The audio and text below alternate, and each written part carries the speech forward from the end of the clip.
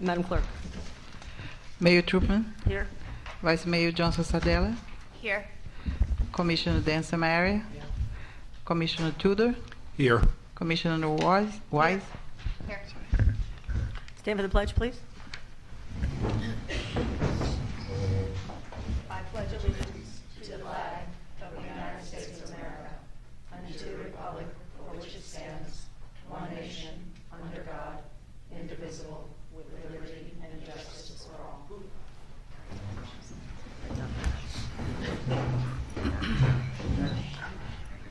Madam Chair, if I might make a request. Yes, Commissioner Wise. In light of my travel schedule, I will be departing on a flight this evening to Jacksonville to attend the newly elected officials training program with the Florida League of Cities. It begins at 8 o'clock tomorrow morning. So my time here, unfortunately, is not over long. And so I was going to request if we could put public comments after so that I would have an opportunity to contribute for an hour before I have to leave for the airport. Or after I contribute for an hour, and then wherever you'd like to place them, I just would like to maximize my opportunity to contribute. Excuse me. Mr. Kuehl. Excuse me. Allow me, please, to comment, please. Thank you. Excuse me, please. Okay, we're not making any decisions here. All we're doing is a workshop. There's no decisions being made. We cannot make decisions. It's a workshop. The only thing Commissioner Wise is asking, because there's about 10 of you that want comments, I have no problem staying here till all of you have full comments, and we'll do it in the middle after she leaves, if that's okay with the other commissioners. But I'd like to make sure that's okay with the other commissioners. Commissioner Tudor? Yeah, I mean, this is not a commission meeting where we're going to be voting on anything. This is just people sharing ideas and comments. I don't have a problem with that. Commissioner? Excuse me, can I make a comment? Yes. At the last commission meeting, I spoke about there needing to be more respect and courtesy, not just with the commission, but with the residents as well. I would like to start this workshop, emphasizing that once more, that we may not agree on a lot of things, but we need to be respectful of one another, not shout down anybody, not talk over somebody. So I'm going to ask everybody to please show respect and courtesy for one another. Otherwise, we're not going to get anything done. Thank you. Vice Mayor, do you have any objection? I don't have any objection based on the same thing that Commissioner Tudor has stated. We're not making any decisions. We can't vote in a workshop. This is an exchange of ideas, so I don't have an issue of wherever you want to place the comments. Commissioner Samaria. Suppose some of the residents don't stay. I mean, if they stay for the whole meeting, then I don't have a problem with that. I don't know if they're gonna stay. Let me be clear. There's TSA is now causing a 2-hour delay. Commissioner Wise needs to get to the airport. In order for her to contribute, we'll have 30 minutes of comments approximately.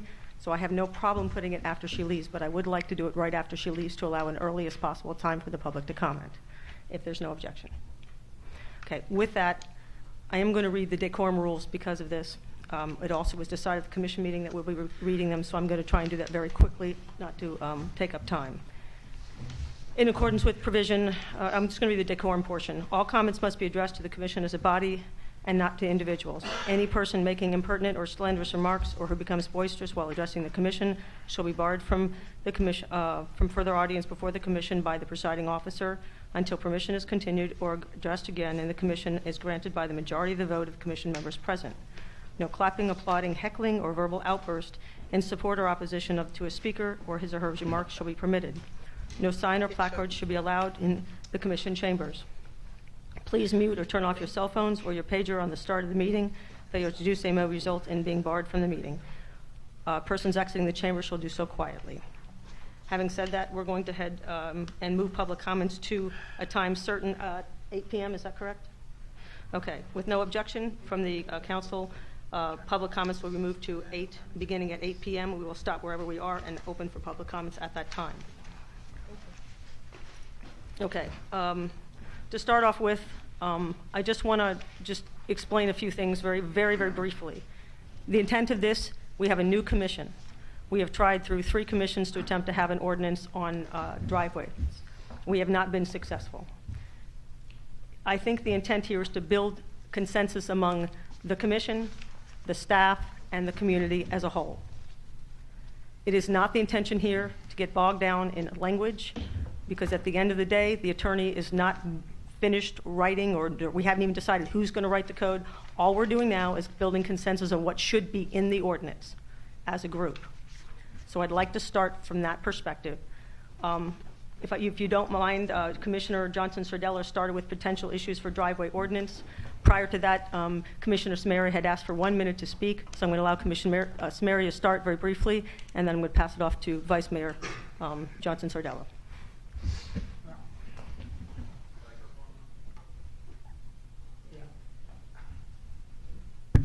I think we should start with this ordinance off. In 2008 was a pretty good ordinance that we had, and then it started with 2015.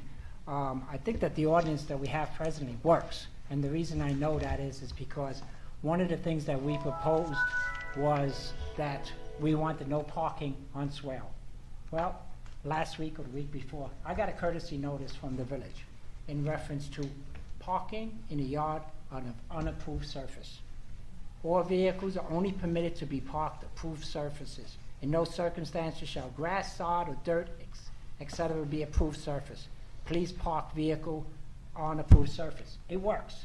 I got cited, and that was a courtesy notice that I should have gotten. So I don't think there's a lot that we need to really improve on. So I think with the 2008, even the 2015 is where we should really start on doing it. We have spent easily hundreds of hours to put this agenda item together, hundreds of hours. The administration has worked hard on this. I don't know if the proposal in the last commission meeting, correct me if I'm wrong, that we had an outside company that was willing to do this for $7,000. I don't know if that is still the offer still there. What I would like to do is I would like for the administration to look and see if that offer is still there. And if it is, then I would like for them to do the ordinance, because we need professional. None of us here are professional people. I'm not saying the staff is not professional, but you guys, we need professional people to do this. This has been going on for 6 years, and the purpose of bringing up this agenda item was not to pat myself on the back, was to solve an issue that I made a campaign on. I want this done right, and if it means that we need to hire somebody else to do it, that way the staff can do the other stuff, because they have spent hundreds and hundreds of hours on doing this. I believe that's what we need to do. One of the examples is the medium that the chief has now signed up there. The chief did not want to put a sign up for the medium, or even administration didn't want to put up until they had it right. And that's exactly what they did. Now the sign, it works perfectly on the medium. I want us to do this right. If it means that we have to hire an outside company to do it, then let's hire an outside company to do this. That's basically what I have to say. Thank you, sir. Vice Mayor. I think my comments are going to pretty much maybe mirror Commissioner Samaria, because I believe that there's been far too much time spent on this ordinance, and I'd like to see an ordinance that is done correctly, an ordinance that can be enforced properly.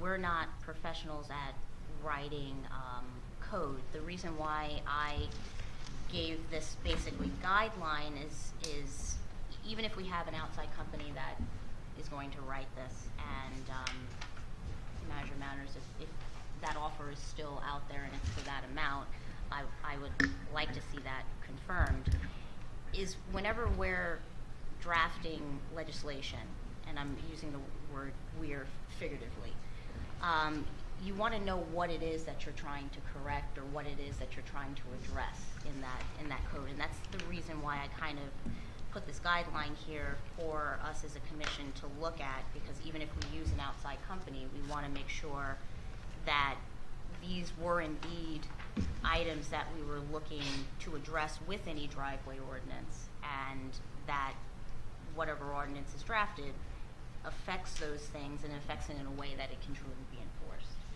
So, I mean, I don't want to belabor, but I'm in agreement with Commissioner Samaria that I'd like to see this done professionally once and for all, so that we have an ordinance that can be properly enforced. If I may, to just pile on with Commissioner Sardella. I agree. I think that bringing in someone professional to draft this is the way to go. We have an awful lot of language, and as you might see from the version that I submitted, that is not a proposal for the ordinance. That's rather an organization of content to help facilitate this meeting. If we decide that we want to discuss this from the perspective that Commissioner Sardella is proposing, that we figure out what our goals are, what's the end state that we want to achieve, and work through her list of those issues. I have just provided source material for everyone at the table to look at. So when we're talking about swale, everything that has been drafted about swale is all in one place. When we're talking about aesthetics and design, it's all in one place, to hopefully make this move a little bit more quickly so that we can all try and have a discussion around what our end state is, rather than, you know, combing through reams of material, and it just might take us a long time. I'll just make my comments in 1 minute, and which is I concur that an outside person to write land development code is probably the way we're going to end up having to go.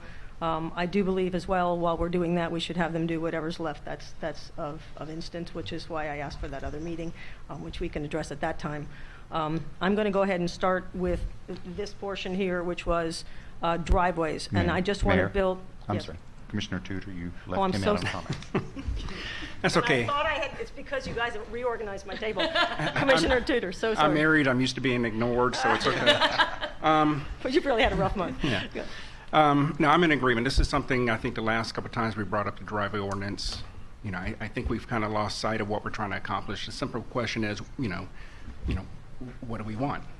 You know, and it comes down to, you don't want people parking in their grass and the dirt in their front yard. You want them parking on an approved surface. I think it's, you know, this says, I think is a poster child for showing that I think we need to reach out to and have a professional come and write this for us. Along those same lines, I think that at some point in time, we're going to have our entire code looked at by a professional or revised. With that said, I've had some correspondence with the Florida Department of Economic Opportunity. I have to touch base with them in March, but around April or May, they typically open up a application for a grant. And this grant has been used in the past for communities to revise their land development code. And in prior years, they've been given sums of $40,000, $48,000, I think up to $50,000. So I think this may be an opportunity, because I think one thing that's has always hindered, I think maybe has hindered prior commissions about bringing in a professional to do this, has been the cost. So I would be interested, before that time comes up, to submit or to apply for the grant.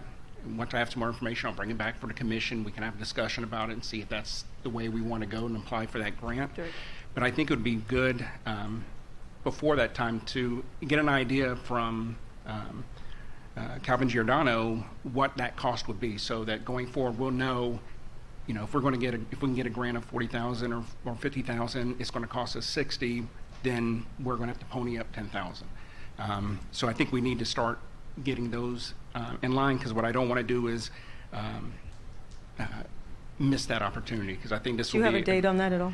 The last email that I received from them was that to touch base with her in March, because in March she would have may have more of a definitive time frame on when the application process will open up. But I think that's a real opportunity for the village to do that. And one thing I love about the village is, it's very quaint, small town feel to it, and that's why I love living here.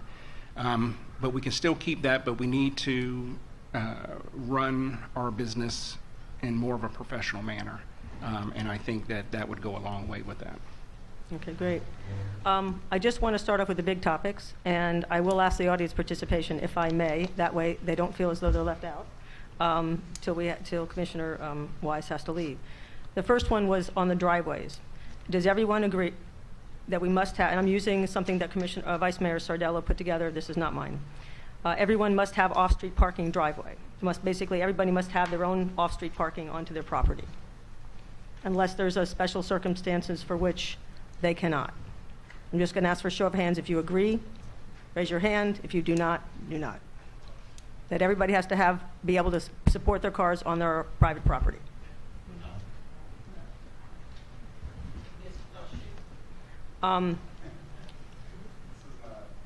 If I... What we're saying is the minimum standard is everybody should have a driveway on their private property. Okay, now if there's an exception to the swale, we already have that built in. So the first thing is, if possible, and if you have the land, assumably you're going to keep your cars on your own property, not on the swale specifically. Including new instruction and existing instruction? Yes, Construction or yes, everything? everything. So basically, everybody has to have a driveway, period. Thank you. Yes, everything, the point is everybody has to have a driveway. That was the intent. Okay. Okay, so we have one disagreement. Does anybody else disagree that you should not have a driveway? So not everybody should have a driveway? Okay. A driveway on private property. Everybody should have a driveway on an appropriate surface. Okay. Legal limit of that parking surface to maintain grease space so that you don't have your whole entire private property is not concreted up, that there has to be some grease space. And the idea is that there's some way to measure that limit, that there is a limit. Right now, we had it 60/40. Everything you're going to say is the answer's going to be depends. Honestly, it depends on. Okay, these are we're going to go through the details. I just want to know with the overarching theme, that is the goal here, and I want the commission please to chime in too, if this is what the intent is, and staff as well. Mayor? Vice Mayor. I think the issue is, and I can agree, there's going to be variables on almost everything, but I think there's certain topics that need to be congealed because, again, even if we have a private company, Calvin and Giordano, that are going to write this code, do we want to just give them the ball and say, write whatever? But there's things that are unique to our village, and I'm sure there's going to be some moving pieces. But I think we're just trying to get an understanding of what was it that we were trying to address with even creating this driveway ordinance. Maybe Gary can chime in too. I think this really the ball got rolling when some of our neighbors started to create driveways by just driving across the line. Okay? And very simply, something was written to say people shouldn't park on the grass, meaning private property, primarily. Okay. There was also some property maintenance issues where people were driving right and left, and then they became very, go ahead, real quick. And also you have individuals who have not, code is not enforced this around here, so their swale driveways have increased. But we do have existing code. Right, okay, but, Enforced currently. So, Yeah. but anyway, so then they've increased their swale and they've parked on their grass. They're putting commercial vehicles on their swale and on their lawn. These are things that a lot of the existing code already covers, which if this code had been enforced throughout the years, your commission and the prior, that this would not okay. be happening. But what I'd like to do to make sure we're moving, I want to make sure we're moving in the forward direction. We can go in the backwards direction and talk about everything that we've done wrong. And and I'm not taking your observations lightly.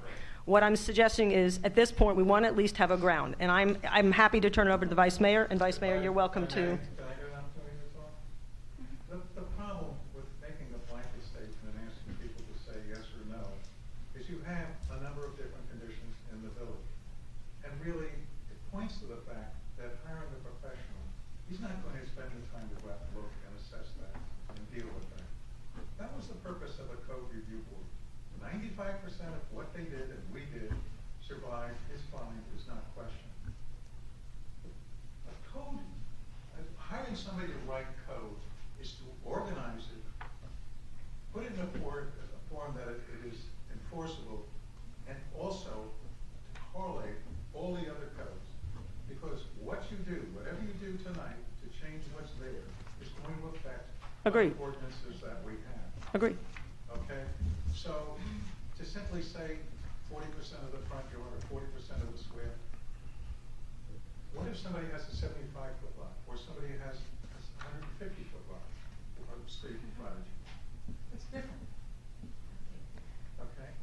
Well, I understand, but I would go back to the point, and all your points are well taken. I am not hearing any of you. What I'm suggesting is we have to have a starting point. The starting point is what was the problem in the first place, and then what did we agree to do something about it for that? So the problems that were existing, and the staff can talk about that. I don't need to. The staff has to spend their life going out hearing complaints from people and then saying there's nothing I can do about it because I can't decode. Yes? Some of us don't think there was a problem with the code that's on the books. And we don't know where all of these new changes came from because I don't agree with them, and I think they're overreaching, and the I don't disagree with you. codes can be enforced. They are not being enforced. That's the difference. Okay. And had they been, we probably wouldn't be having this discussion. Okay, one more, and then I'm going to ask, and either one of you, you guys can decide, your friends, which one. Okay, you had your hand up first, so Linda, go ahead. Judy Himmelberg brought something to my house this evening. She was a member of the Code Review Board, and in August of 2014, they spent, I don't know how many weeks, maybe months, redoing this very section of our code. And it was submitted. We don't know what happened to it. I believe that Gary Kuehl had even made a suggestion at one of the commission meetings that perhaps we reinvent or re-establish this code review board that consisted at the time some of the members from P&Z, some of the members from code compliance, some of them just members of the community in general, anybody else that wanted to be part of it. I reread it tonight, and it really is something that everybody at the time was in favor of, and then someone decided that was the end of it. It never went any further. But I'd like you all to take a look at it. Thank you. If it's,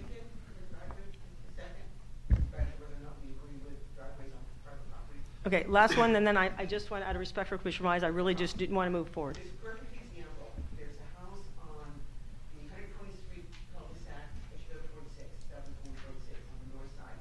Cute little cottage, maintained soil area. If she was forced to put in a driveway, it would be essentially a driveway to nowhere. So it's the aesthetic issue that Right. concerns me.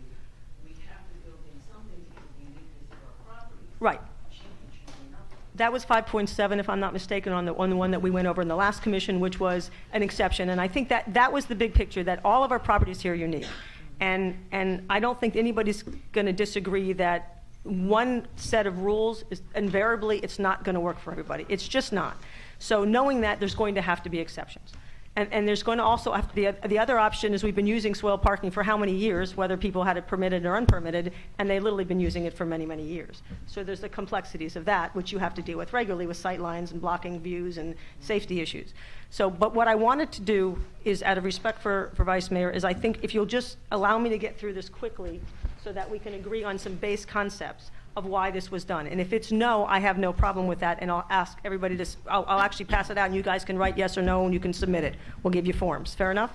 And that way everybody can have a piece. But understand that all statement that's being made now is not specific enough to certain circumstances. There's always going to be prohibitions or changes or details, and the devil is in the details when you do this.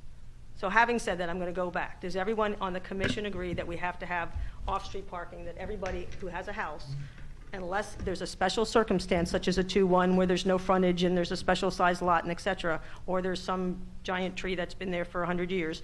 I mean, there's a lot of reasons, but for the most part, do we assume that the majority of individuals who have a house should have a driveway and hold their cars on their property? Do we agree with that? If I could just suggest to broaden that to say everyone should have an approved surface to park on, because under the circumstances that were just mentioned, that may not be a driveway. Okay. You can always add those two words. Everybody must have a place to park with exceptions. Okay. Were you referring, you saying wouldn't always be a driveway? An approved surface to park your vehicles on. And whatever that approved surface is determined to be. In most cases, that would be a driveway. In With most some cases. exceptions, it might not be. And so we start with the broadest definition, and then we narrow down with We're exceptions. doing broad. Dan, just give us a break. We're doing broad right now. Because I got to be on the same page with what you're saying. What's your definition of a driveway? I mean, it sounds like a stupid question. Well, that's to be defined. I mean, we have a definition that exists in the ordinance now, but I'm not going to define it. It's a collective effort for us all to determine what that is, but I think I'm hearing your seat neighbor, I'm sorry, I don't know your name, sir. I think I hear him saying that the word driveway might be a little too constraining, and you were worried about people parking on the grass. It should be an approved surface. Sure. That's not actually what I said. And what I am saying is exactly what he's saying, is are you suggesting a driveway or a swale parking? Define it.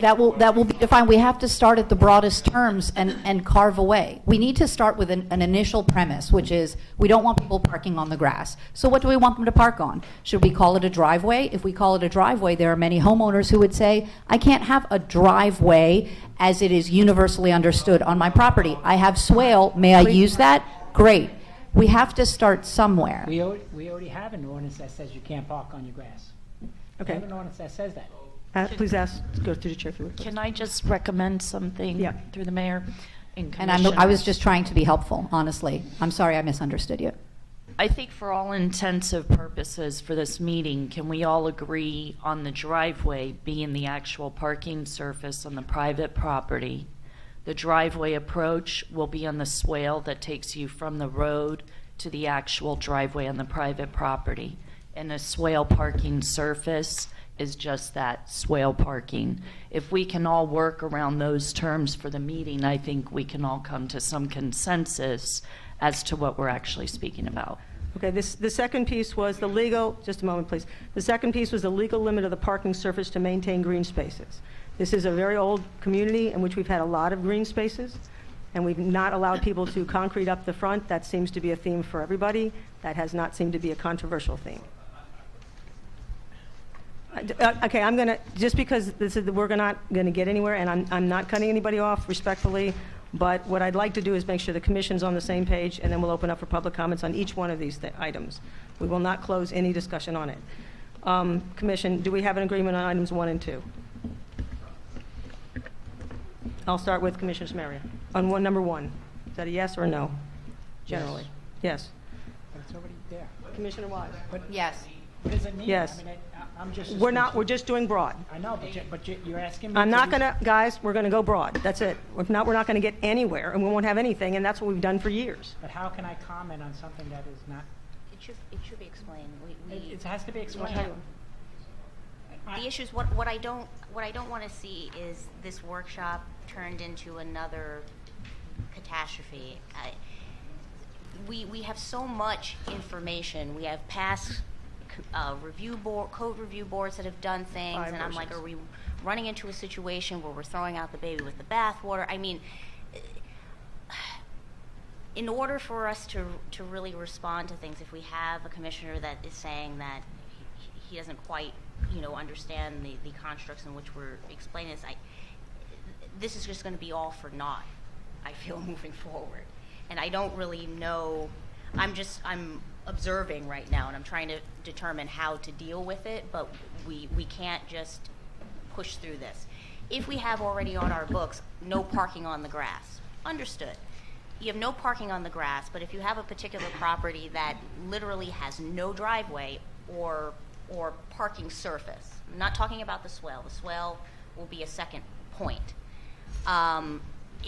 Yes, if the code is enforced, if someone's parking on their grass, they should be cited. But then where do they park? So then we have to start from there. Are they supposed to have a parking surface, which we'll call the driveway, on their property, unless the property is of a size and structure that they can't? They have to seek some sort of exception. But hasn't that already been covered in 2008 and 2015? It's already been covered. First off, I think you should be the one that's explaining this because this is your item, and I think you can, not disrespectful to the mayor, but I think you can explain I have no problem with that, sir. I think you should explain it much better. But there is already, unless 2008 and 2015 didn't exist, and we're just starting doing this driveway stuff now. There's all of no this stuff- requirement in 2008 to have a driveway. There's only requirement not to park on a surface. So by inference, So then where did all the people by park? inference, Therefore, where are they going to park if they don't have it? So So if we- they have, hold on, so if they have illegally, I'm trying to give you a scenario where code enforcement is having an issue. Officer Caserta can talk about this. When they, or Manager Manners, go ahead. Well, no, I mean, the reality is here, we're looking at just a starting point. We've got to have, I mean, everyone, my understanding when this all came about was because we wanted everyone in the village to have a approved parking surface of some sort, be it a driveway or swale parking. So this is just the beginning point with driveways. I mean, I'm going to turn it over to That's Vice Mayor.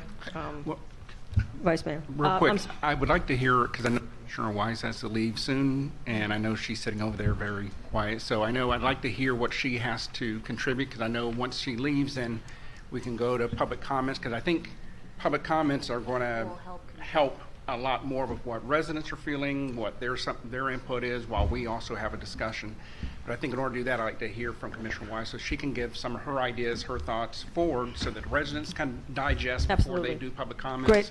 And so that she can catch her flight. Absolutely. Yeah, no, I appreciate that, and I will preface, I appreciate that, but I'll preface my comments by saying I don't have any fixed ideas. I just reviewed the material that was provided and did my best to put it in an organized fashion and clarify it a little bit to facilitate whatever direction we take with this meeting. I can make an observation, which is that I hear there are two different conversations going on in this room. One group of people came here to talk about parking surface issues and define a driveway ordinance, and another group seems to have come to talk about code enforcement. And I think that sounds to me like the argument that I feel is happening across the table. So maybe the first question, instead of, sorry, I don't know it by heart, but should everyone have to have a driveway, maybe the first question should be, should we be revising the driveway ordinance? Sorry, I don't mean to like throw the baby out with the bathwater, but I'm hearing a lot of people in the room saying that we don't need a revision. Is that the first question? I'm sorry to wind us back to 2008 or whenever things were sunny and clear and the birds were chirping in Biscayne Park, but do we need to revise our existing driveway ordinance? Well, our existing ordinance is in 2008. A show of hands of 2015. everyone in the room, does the existing ordinance need revision? 2015 or 2008? I just want clarification. Because there's the one we have on the books now is 2015. The one that they're referring to is 2008, which means we'd have to roll back to the previous one. 2015. 2015. Are we required to have a driveway today? With current code, yes. Yes. we're required to have a driveway. A parking surface, approved parking surface, yes. No, it says an approved parking surface. Would you Madam Clerk, would you pull it up for us, please? Thank you. It does not prohibit parking on grass and swale. It's only within. Correct. So if people, for example, if a construction company wants to park all of their trucks along everybody else's swale and do that, there's nothing to prohibit them from doing so currently, for example, and that is one issue that came up. And the way that cities deal with that is they collect a bond for damage to the right of way. That's another discussion for another day, which is already on the books. But I mean, the thing is, I think you're pointing that out as a problem that we want to prohibit, except that it isn't, you have to provide that public asset to people when they're in the community. And then you need to make whole the adjacent property owner and the village should they park at the end of the process. So, that's done by a bond. I hear you, but there's other situations, and Mr. Piper, I know you have expressed those to me, where you have people who have large number of cars that come frequently and park on the swales of the adjacent properties. So that's another circumstance, and that happens quite frequently. Yeah. Which some people also find problematic, especially if they've developed the swale, and then they get upset that somebody's parking in their driveway. But that, Right, my specific issue was blocking my sight line. And that was another, yeah. but that's, It has nothing to do with anybody parking in my swale. And the other thing that just to clarify, since you brought it up, my other issue was basically people parking on the front lawns. It had nothing to do with swale parks and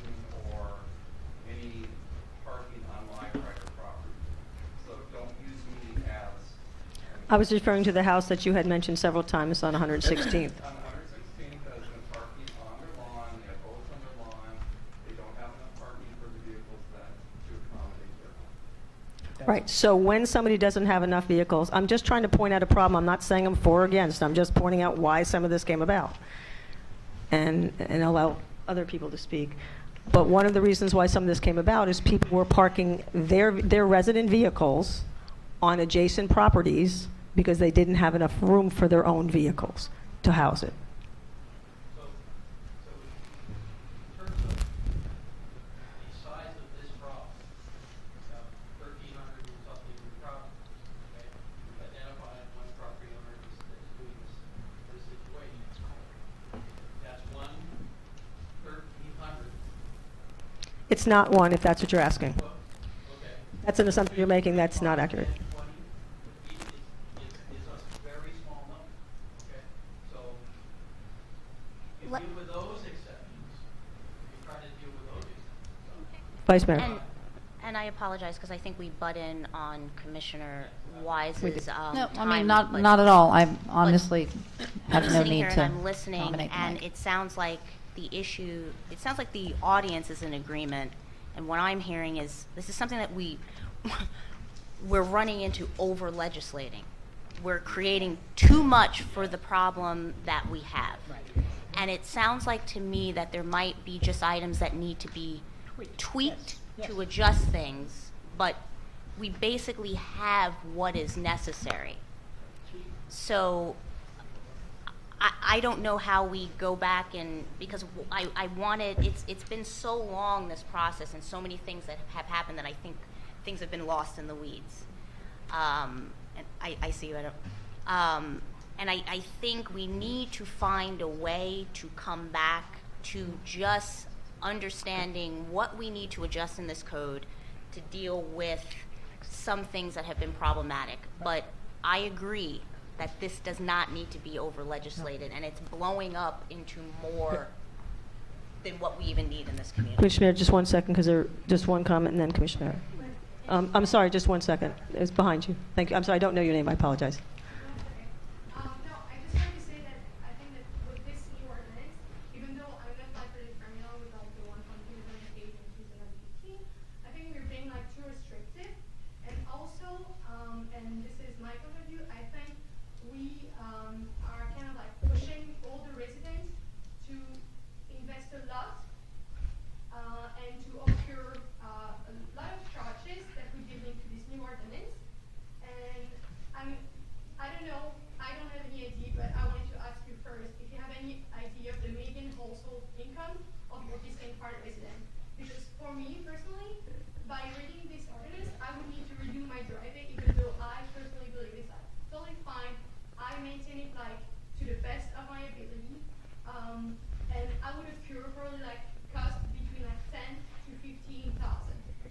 With all the new material that you have put in this ordinance, it's just a lot. I mean, for me, it's just like I don't see the added value of this because I'm only talking about me. I'm sorry, because my like driveway is like I think good. So again, this is like just too restrictive, and it forced all the residents to like occur costs that are just like way beyond our ability. You know, and I'm sorry, I'm like This is we've had I've personally had several people, and the main issue I hear is cost. The main issue, because I know I just redid my driveway and it was really expensive. Okay, so I understand the cost. I spent it and it was painful, but I think it's costful. like saying a driveway approach and swell parking should be like well maintained, and we should like have the code compliance person just like looking after it as they are doing it right now for like the swell. You know, they have like some like rules, and they can like give us a citation when the swell is not well maintained, which probably kind of like just like stick to that, you know, and kind of like not try to overrule all these things. Thank you. I'm going to go back to Commissioner Samaria. Go ahead. No, go ahead, please. Like 2015, I think the biggest problem with, and you can correct me if I'm wrong, the biggest problem with 2015 and 2008 was the swale issue. And that's where we should be going. Let's not fix that something that's not, that's not completely broken. The 2015, we can fix that. So tweak it on the swale portion is your point? Yeah, because that's Okay. one of the difference between 2008 and 2015. That's what I read, was the swale. The swale is the difference, yeah. And that's what we need to work on. And then we can tweak the other ones. But to rewrite this whole thing, and again, I'm not criticizing the administration because I think they worked hard on this, but we're starting something from scratch when we don't need to do that. We can follow what we already have on the books right now and just tweak it better. Because I'm looking at is, where were we before 2008? People were not parking on the grass? How did their houses, their grass and their lawn look so neat? I mean, I would like to give staff a chance to, because they've also spent a lot of time on this and talking about it, so, I'd like to get her finished, because she has to yeah, answer. Commissioner Wise. Yeah, I mean, I'm in alignment with what the resident mentioned around, the prohibitive cost of installing something new when you have something that's perfectly functional, which is why you'll see it, when I reviewed this, I called things out like the word harmonious. It's completely subjective. It's not defined. And what does that cost? There's something around the border. The border has to be of a contrasting material. Why? There are just a lot of things that start basically legislating what is and is not beautiful. And, to a certain, we have to stop somewhere. And so there were definitely places in this where the level of detail was like, whoa, it's my house, it's my property. If if it's, not, if I don't have a broken down dishwasher on my front porch, I think we're okay. So, yeah, I think that we need to, if there is a simpler form that we can visit, if we can make little tweaks, I am in favor of that. We don't need to reinvent the wheel and over-legislate, but by the same token, we do need to clearly solve problems for particular residents. And if those are entirely swale-related, then let's focus on that. And if they are safety-related, we should focus on that as well. I just want to bring something up, and just in general, it's a good comment. We have, one of the things that we're not considering is some of these driveways are actually destroying what we have left of the gravel, or of the Asphalt, yeah, the street. So they are deteriorating our roads. So, there's another angle to this, that we need to consider the fact that we need to You're talking about the loose gravel? protect, yeah. You're talking about the loose gravel driveways? Small roads. Without a border, that's what you're referring to. Right, right. So, that was another angle for the reason to have a driveway. We have one person who has not spoken. I'll have to. I'm concerned about why we need to have borders that abut the street and on the sides. As my property, I'm already down, for instance. The city's paved 3 times. When the city repaves it, they raise the height of the road when they do repaving. They don't grind it, because we haven't been grounded since the first time. I've been living here for 40 years. And the road in front of my house is 4 inches higher than the ground level. And I don't see why I need to have a border. For one thing, I think it looks ridiculous. And it doesn't serve any purpose. And you say, oh, well, it keeps the rocks off the street. Well, you got a gentleman over on 8th and I think 115th or 117th. 117th, yeah. It's got a whole yard full of gravel, and it's never on the road. I know they do maintenance on it all the time. Yeah, they do. Drive truckload of them, rocks the other day. So I don't see the reason for the border. And the fact that you have contrasting borders makes it look ridiculous. You got a driveway over here on 117th, new upgrade built, where they got a black driveway and a white contour, a white contrasting border. I think it looks ridiculous. For me, it takes away from the aesthetics of the neighborhood. If I may, just for a pause, I just want to make sure, are there anything you would like to add, or? No, I was just going to make an observation, as this gentleman was describing the situation, along with what Mr. Piper was mentioning, and I'm just sort of synthesizing everything that I'm hearing, issues around cost. Gravel driveways are less expensive. That's clear. But if they get out into the road and they damage the asphalt or they cause a threat to neighboring properties, that's not a good thing either. So perhaps instead of saying something like, we should not allow gravel driveways, we should say, if you have a gravel driveway and it is deteriorating the road, causing a threat, or, you know, going out into the public right-of-way, you may be required to install a border to contain it. We're not going to tell you what it looks like. Keep your gravel on your property. I'm speaking very loosely, but I'm just trying to synthesize because we have three people talking around the same topic, and it sounds like this goes too far to tell you what it should look like, where it should be, how much it should cost, et cetera. Just a moment, if you would. Manager Manners. I was just going to say, one of the reasons for the border, particularly adjacent to the street, is that if you have a gravel driveway that eventually the gravel gets packed down, as you go up onto the pavement, it tends to crumble.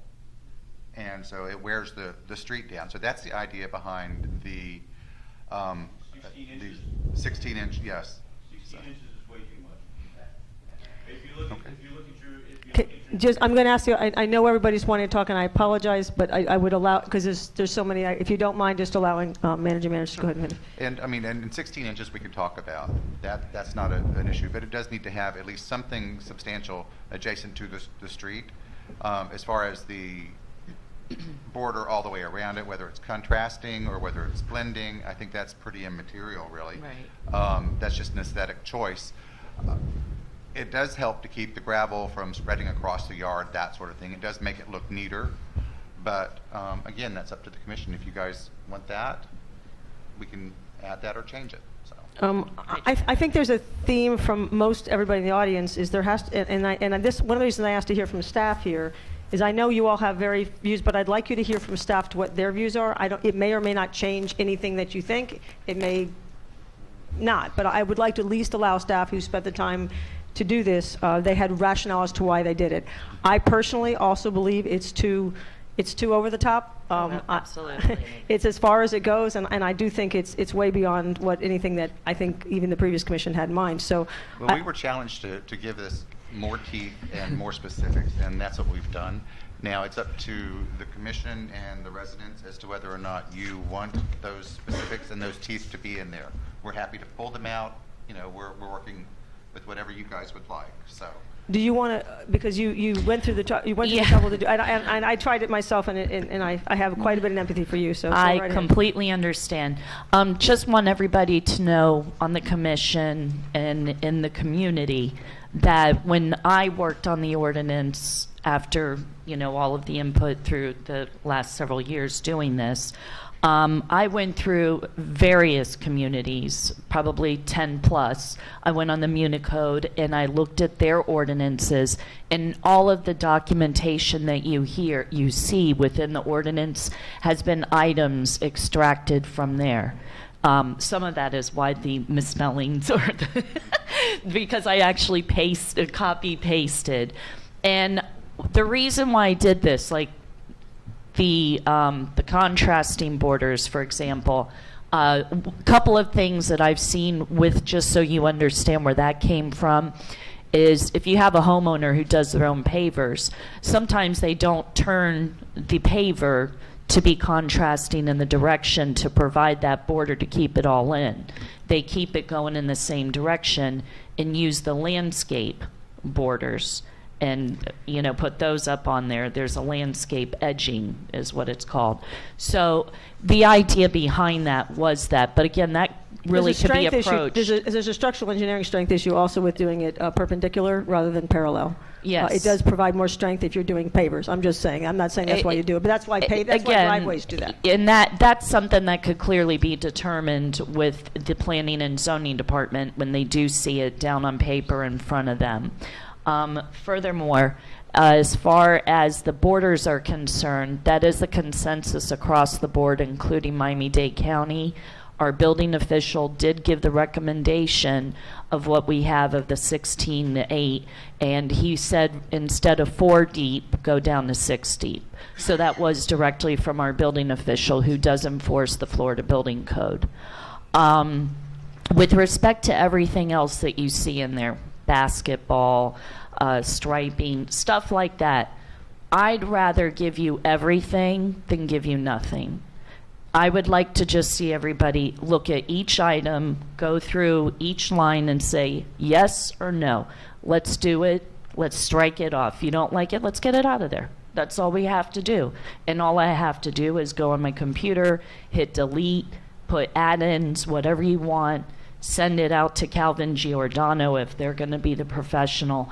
I am by far not the professional to do this. I own that. So, I'd like to see this be done properly. Okay, thank you. I'd also like, if I may, please, we have a Public Works, do you want to chime in on this Yeah, one?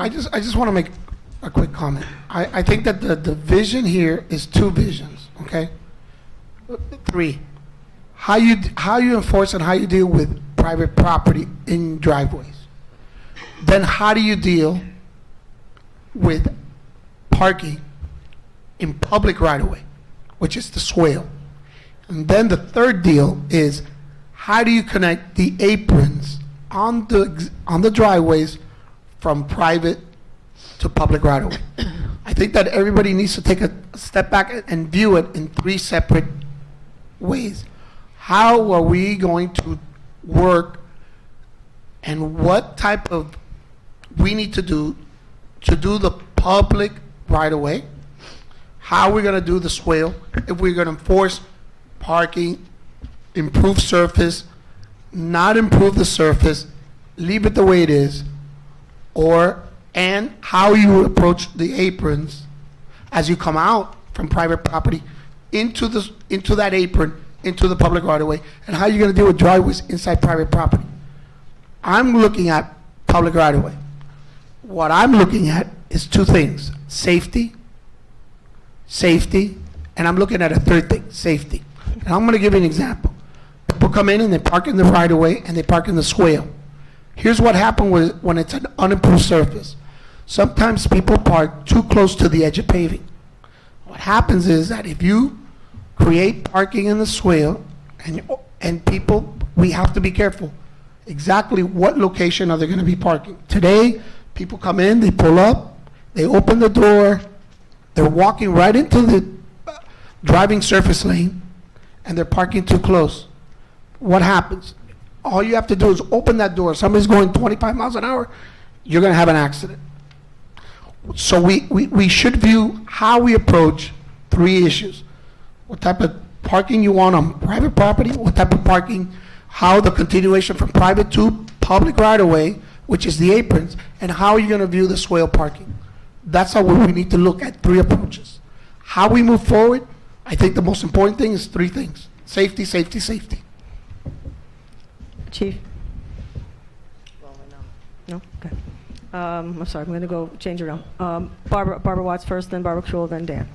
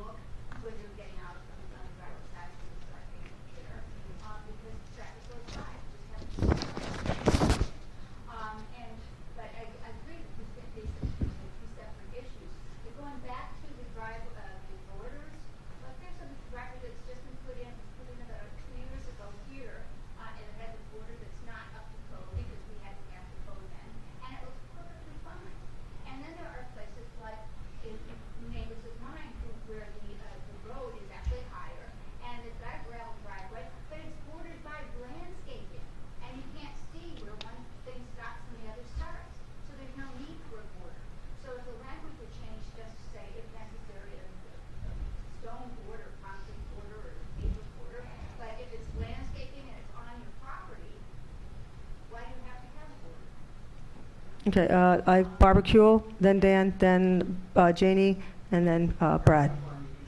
Okay, Brad, then Janie.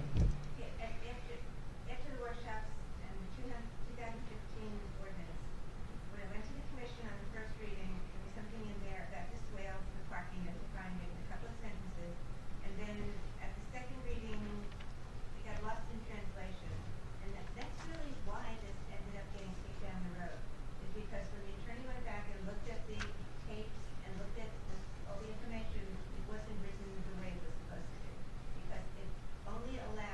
Is this the version that that you have, that came, or after the ordinance passed? This is before, 2015 ordinance. Okay. so what came out of the workshop and what went through at the first reading was for the square. Very simple. A combination of paving, sodding, and landscaping of the swale is permitted, provided the impervious section does not exceed 40%. The landscaping is kept in healthy condition and the paving is also kept in good condition. So property maintenance. Proper maintenance. What happened was it changed to, you could only have 40% of impervious surface if it was the driveway approach. There was no other. Right, so then they started paving up the whole front, the rocking the front. Kind of got thrown, put on hold. Everything else in the ordinance really is fine. When you read it, it's clear, it can be enforced, and as far as I'm concerned, right now, it says under property maintenance that the swale, everything must be maintained. Having dead grass and bald spots with dirt is not well maintained. So if you clarify that, it would cover it. And as far as the approach, in that ordinance, it said the minimum standard was gravel. So if you didn't want to have the same as your driveway in case it was going to get ripped up by the utilities, but the minimum standard was gravel. That's in there now, and it's not being enforced. I mean, that's one of the reasons everything was also cloudy. Okay, thank you. Sorry, now I lost track who was next. I think Dan, and then Brad, and then Janie. Okay. I would just like that if we go how do we go forward in this process? We don't allow anecdotal commentary to guide us. If we believe, and I don't, that gravel is causing the deterioration of our roads in Biscayne Park, then we should go out and get some statistics to see if that's true. Yep. I can tell you anecdotally, there's 3 or 4 gravel driveways on my street. One is mine. My paving is fine. Has been, will be forever. Okay? So that is an anecdotal thing. That doesn't say 16-inch border. If that's going to make somebody feel more comfortable, one thing. But we hear anecdotal information. Commissioner Watts made an observation. When I'm parking parallel on 125th Street, I have to look back and see if there's any cars coming, and I open my door. Oh, we heard, yeah. Okay, so that is, again, something, it's a safety concern, but people deal with it everywhere in the way adults do it. You know, Thank you. I have, Mayor, I spent hours, 5 or 6 times now, okay, going through a document, okay, making comments where I agree or disagree with particular sections of the code, okay? And, at some point, I would like to explain the nuances of why I agree or disagree. Okay, thank you. Mr. Piper. Well, first of all, as far as what Barbara said, a lot of that is subjective. That is your likes or dislikes. Okay? And it's not, when you look at a community and you look at the difference between older residents and newer residents, we have a lot of newer residents that have come here and have invested substantial amounts in their property over older residents that have been here for 20, 30, 40 years.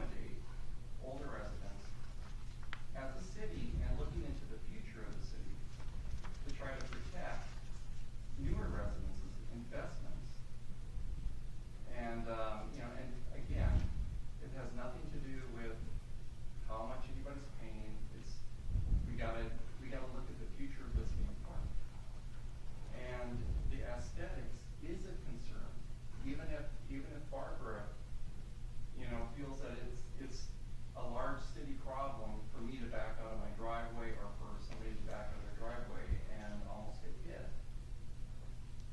that's completely subjective. It's not, it's something that the city needs to look at, and the city needs to look at as a safety concern. Thank you. I think there is a balance there. Thank you, Janie. If you guys are saying you don't want to overregulate, I am so all in on that. That is counterproductive. Nobody understands it, nobody can voice it.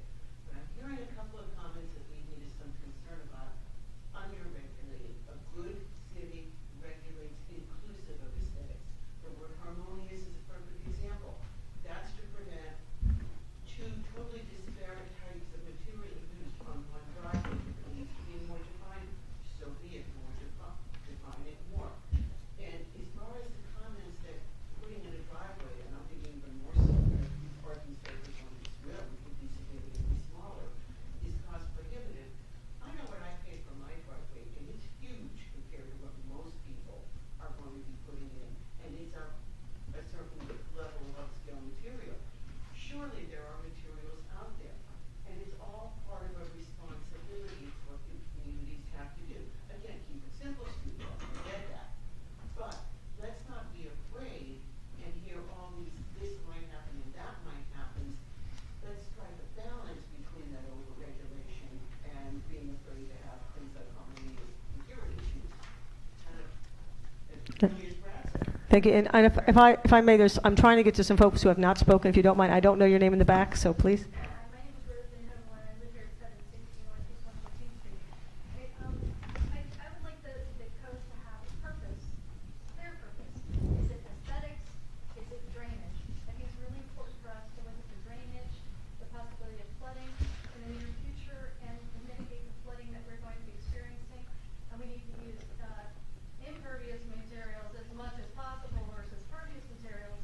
And the use of the 16-inch median, for example, instead of making an 8-inch, 16 inches at an addition to your 40% of impervious material, because any change in the permeability of my driveway is going to cause flooding in my garage, right? So I think that as a property owner, I should have the right to protect my property from flooding, and that should supersede somebody's right to aesthetics, and I should be able to use materials that are appropriate for my situation, because otherwise I'm going to have to go through the appeal committee here, and I don't think we have, like I said, clear purpose for the code.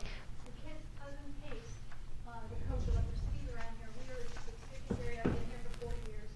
I know this area. I grew up in North Miami Shores. I know this whole area where our property values are fixed because they're a great location, and all we need to do is improve our property rights, because people coming from condos, they come here, they want to see that they have more property rights. I think that's a good point to be selling, and instead of saying that I have a good driveway that that matches my fence, just give people more freedom, and I don't think that's going to hurt the code. I think that's helpful. Thank you very much. Anybody who has not spoken? Commissioner, yeah. Yeah, no, I'm very sorry, but I do need to get to the airport, and I have all the faith in the world in my esteemed colleagues that you will navigate the interesting waters of the driveway ordinance. I look forward to seeing the report out after the meeting, and hopefully we'll find our way to a consensus. Safe travels. Hope TSA doesn't hold you too long.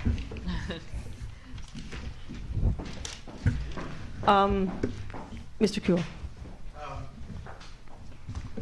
Just to get back on track, because we're getting into a lot of minutia, I really would suggest that everybody read the original code, quite frankly, the one that came out of the Code Review Board, and use that as the foundation.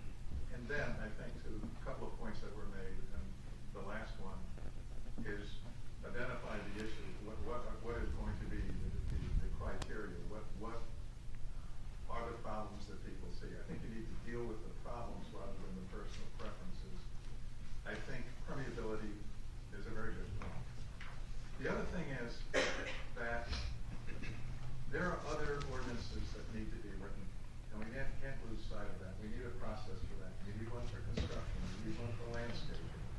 may be others. Those are two hot ones right now.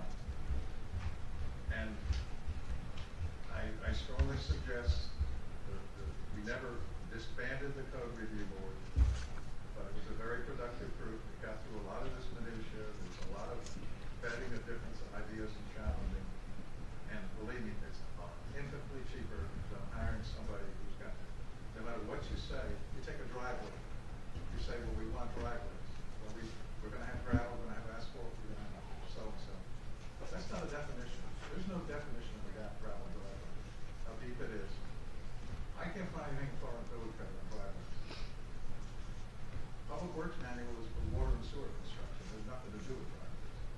So I have looked several times. There's nothing there. Anyway, I won't say anything further. Just to say that I think you should take what you have, find out what the problems are, go from there, and look down the road at other things that we need to do. I think Commissioner Benson's. Johnson Sedillo. Thank you. No, Commissioner Samara, I think Commissioner Weiss really pointed to that. Is there anybody else who has not spoken in the audience who would like to? Because I don't want to not include, because I know you're here, sir, but you haven't spoken. Do you have any comments you want to make? Okay. I know you came late. Do you want to have any comments, Judy? No, I just was a part of the code review board, so I took the time to dig out what we had recommended to people. And I would have brought it because I had a class earlier. But I just. She's going to give us a copy. We're going to make copies for everybody. As part of the code review board, we really felt like we weren't heard or considered by the commission that passed things before. And I believe that it's kind of a shame that you have knowledgeable people who do all this work. Thank you so much. Commissioner Smarin. I think that's why, if everybody misunderstands, the reason I suggested outside company is because we have a review board, and not this commission, the past commissioners haven't listened to them. I mean, that's what they brought up this, and we're just not listening to them, so we're not going to listen. They're not going to listen to money either. I gotta, Let's just throw it away. like I said, 95% of what you did was fine. It's Yeah. never been challenged. It's Right. worked. It So does. it's just this particular ordinance that a previous commission decided certain individuals, Right. we know who they are, did things on their own, just Right. changed it. Okay, and that's what got things derailed. Because like I said, I think this 2015, we just need to treat it. I mean, we really need just to treat it. What are the problems? That's it. This, I'll be honest with you, I read the 2000, and I don't mean this personally, but I enjoyed reading the 2015 and the 2008 than I do with this 5 drafts that we have had so far. And I don't mean that disrespectfully to the administration, but that's it. I enjoy reading it. This one I enjoyed, the 2008, because it was simple. It was right to the point. As long as, I mean, I'm in agreement because this is becoming such a monster. Yep. And as long as what came out of the code review board is something that's enforceable, which would be vetted through, our staff, whether it's public works, whether it's code compliance, the police, we can start from there. We can see the issues. I agree with Brad with the issues with Clear visibility. the sightline issues. That needs to be addressed because you're not just going to. Yeah, we did it. It was one page before what I brought in. Because Okay. But the page before that was sent to the commission, actually had sidelines in this. Can you make sure we have that? Can you make sure we get a And copy of that? Thank you. Then it goes back to obviously an enforcement issue, and this is something that I said before when I was newly elected, that obviously the code needs to be enforced, otherwise you really can't tell what it is that you need, what needs to be changed if the code is not being enforced. And I think it then allows for things to happen as to what's happening right now. We have a driveway ordinance that we're rewriting, overriding, and it's exploding. So as for my piece, I would say we start from what we had previously, what was presented to the previous commission, what came out of the code review board, and tweak whatever issues still remain. Can you say the previous one, could you be specific? Because there's so many, unfortunately, there's just so many previous versions. I'm trying The hard to. 2015 version, the 2000. 2015, the one that's current on the Muni Code. 16, The current 16, Muni Code? 17. The version that came from code review came out of a workshop in which the commissioners, village manager, code compliance.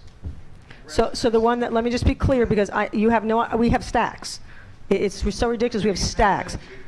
Please, just give me the Thoroughly vetted question document. Perfect. Tremendous bias. Not everybody agreed, but they bought into it. I personally would love to see what would happen before the 2015 that happened, and then the second version because of the rocking up the front. So I would like to see where you all came from and see that.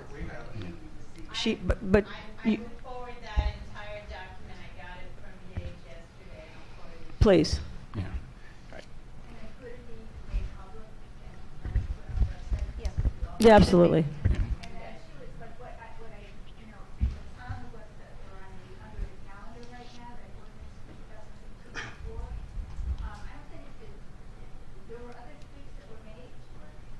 Also, I don't know what happened to them, but there were problems. Like houses that didn't address certain things, like houses that have circle drives that originally had ribbon driveways. And, you know, as my case, I don't have to brought their attention to it, that if that what was passed was that I would have to have the ribbons, the approach to my ribbon driveway would have to be the same thing, so it would actually end up being that most of my yard is gonna be asphalt, concrete, or pavers, which is what I wanted to be. So that certain individual houses have different issues. They all do, yes. And we're very eclectic. We have a very different, I mean, I drove around looking at every single house and all the driveway issues, and I think what surprised me the most was how we had a lot of deteriorated driveways. There was one theme for me, which was asphalt nobody maintained except for Doc Chester Morrison. I must give him a call out here. He maintains his driveway perfectly, but asphalt seemed to be a problem for me in terms of people maintaining it properly. Can I ask a basic question? The document that is on Unicode, our code, Correct. is that the last document that was passed on second reading by a commission of the building district? Does that reflect the last document? Yes. Yes. So it's everything that's been passed is In Unicode, correct. 2015, yeah. Do you want to address anything additionally? And I'm going to ask the chief the same thing. I know there's parking issues with the swale issues and some of the issues. Do you want to address some of the things you guys are running across that the ordinance does not address, that you want addressed? Well, I can't, just to answer the one lady's question in the back, code is definitely a majority of aesthetics as well as safety issues. And with respect to the ordinance that was written, it was written for that sole purpose. What a lot of people don't realize today, or may, but for the majority of it, the issues that will be plaguing the community with respect to the percentage that is being developed on the property is that concrete now could be a pervious surface. So what could ultimately end up happening is there is pervious concrete. In any case, that what you don't want to see is somebody I know taking- everybody wants to call, but if you just allow people to speak and just raise your hand, I'll be happy to call on everybody to speak. Thank you. It's okay. I appreciate it.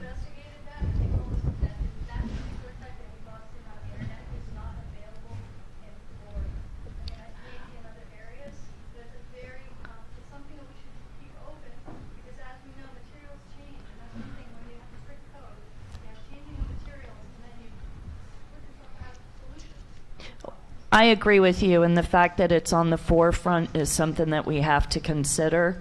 I don't think we should turn a blind eye to it, because ultimately it could lead to an entire front yard with concrete. I don't know that this is the type of community that warrants that. It seems that everybody wants to have a lot of landscaping aesthetics in the community, preserve the old, look. The other thing that we have to be concerned with is the gravel that is being used in the driveways, the size of the gravel, the type of material, whether or not it's very sandy or silky, it's going to run off into the streets and whatnot. So we need to make sure that we have the right recommendations from the professionals who are familiar with these items, which I did speak with several different companies, rock companies that supply this type of material, who recommended a minimum of 3/4 of an inch when we're dealing with the rock placement and topping it off. They're professionals. I could give you the number. You could speak with them if you'd like to. I'm just giving you an oversight. Please, I'm asking politely. Please allow them to finish. I'm just giving you an oversight, so just bear with me, because like you said, this is very inundative. It's not just something, explicit. Again, I did cut and paste, like you mentioned, several different ordinances from several different communities, very high-end communities to communities not so much, just to give everybody the flavor of what is out there and what they are addressing.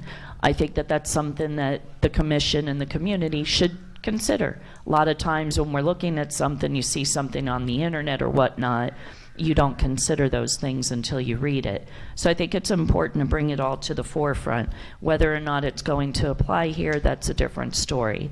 With respect to your borders around your actual gravel driveways, which that is what it's pertaining to, that is in the 2015 driveway ordinance. The only thing that'll change is the depth, which would go to 6 feet. 6 inches. Not 6 Yeah, feet. no, we're not burying a body, sorry.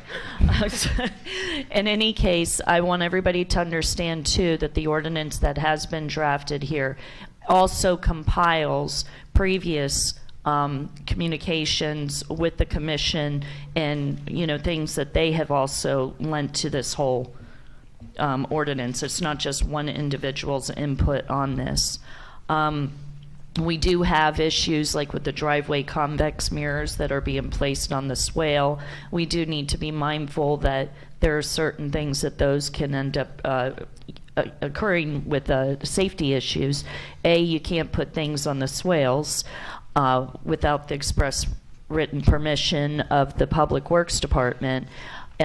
B, you don't want to have something in the swale that could possibly lead to blinding somebody with the sun. If it goes a certain way, then you have another serious issue.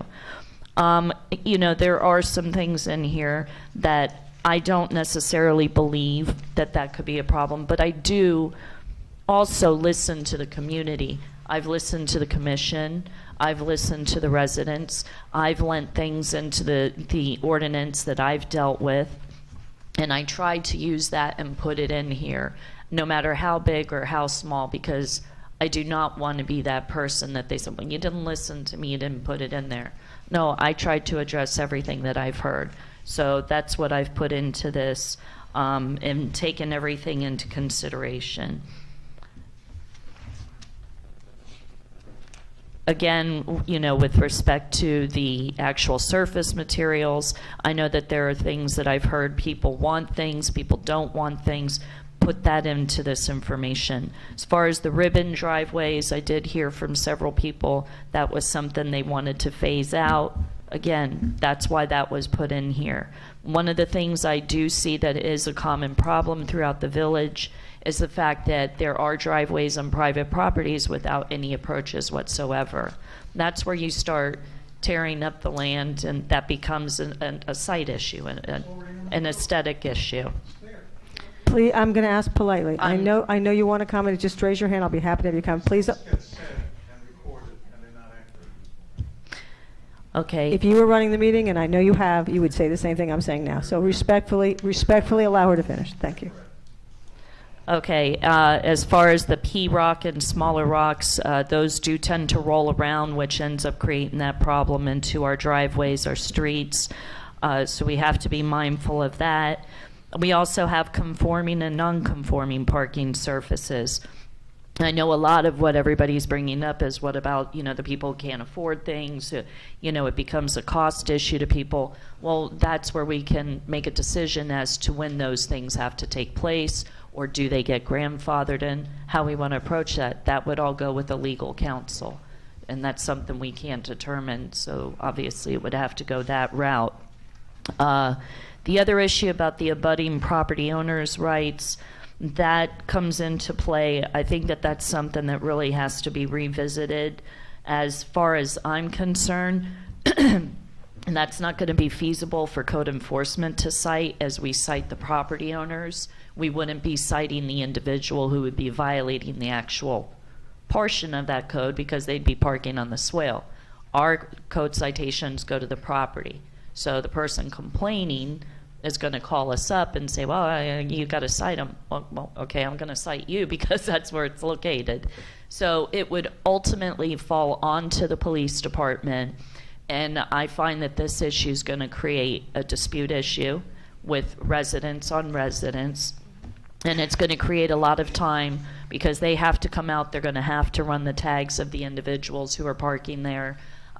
I think it might be a bit of a combative issue, and I think that that needs to be looked at a little bit stronger. Also, it's going to require us to post signs out there for the state statutes, which will also have to create the budget for that as well. So that's another issue that we're looking at with respect to that. Okay, let's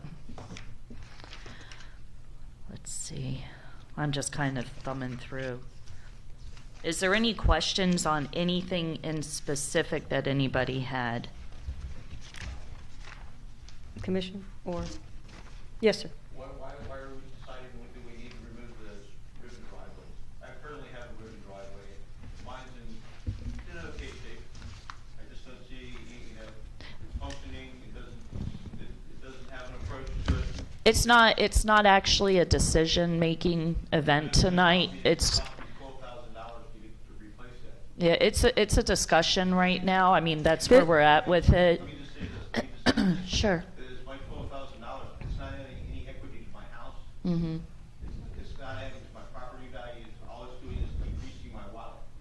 Well, I mean, a lot of people, with all due respect, there is a... Just allow him to speak, please. Yeah. We're not living in Pembroke Pines, we're not living in Wellington, we're not a homeowners association community. Yeah. Okay, as it is now, we're turning it into a homeowners association with the council being the governing board. We're actually listening to what the people want. We are, and that's why you're here. And I asked the same, if I may. Yeah. I asked the same question. I asked where did the elimination of the ribbon driveways come from and where they came from. And my answer mostly that I received was aesthetics, and I said the same thing. You can't expect everybody to lay out. Not everybody has $15,000 or $12,000 to put in a driveway. So how do you go through it and allow enough flexibility so that even $3,000, maybe you just want to fix 2 slices of concrete and be able to drive your car on. I asked the question because most of it came down to aesthetics. Mostly what I heard was an aesthetic piece. That was my answer that I received. No, I was just going to say, Vice Mayor. do we want to ask those that were on the code review board? That's a good starting point. Was that a discussion, the ribbon driveways? Code review. Okay. No, so there was never a problem with removing them. So when did that happen? That happened in the commission. It was our code officer at the time misinterpreted it and simply was telling people that either they had to replace it or they had to fill the area between the ribbons. Parking on grass. Yeah, parking on He grass. considered it. And it was his own interpretation, which we Okay. corrected him and he stopped doing it. I never found an answer. I kept asking why it was eliminated.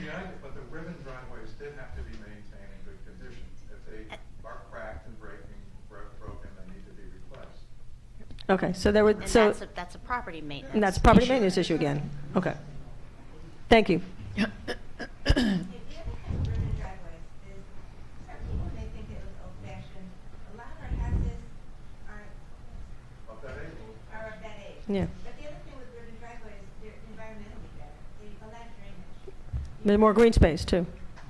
So the city of Hollywood encourages those. And because some people think that it's old-fashioned, that isn't necessarily a reason to change. Right. Well- Sorry. Hold on, Vice Mayor, and then you can go. Sorry. My only issue would be, literally what I think everyone is saying. It's a property maintenance issue. If I see a ribbon driveway that's properly maintained and it looks nice, there's no issue with that. I don't care. There's no problem. Again, I think it's back to the enforcement of the code and people maintaining their properties and really allowing us to see what are the real issues. And the real issues to me are issues that are safety.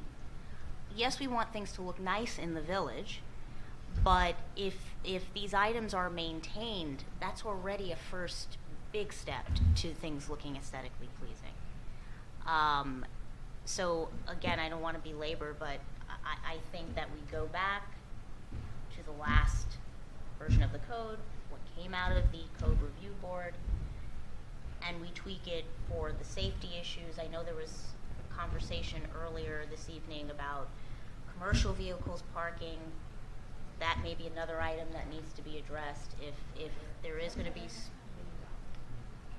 if it's another item that, and I'm not scrutinizing the code as it is right now. If it's another item that's already in there, then fine, great, it needs to be enforced. And that's, I mean, I think I'm just going to keep coming back to that same thing. I'm sorry, is that Rosemary correct? I'm having a hard time seeing you. Thank you.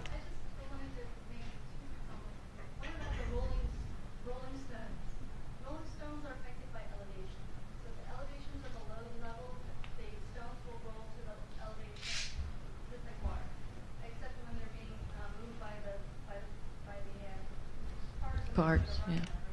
So that's, I don't have a problem with the size of the stone, whatever. It sounds like the guy could be selling you stones too, so we don't know what the hell is P-rock. Doesn't roll. P-rock is, it will just compress. It's just a thing that Depending on the size, depending on the size of them and if they're rolled.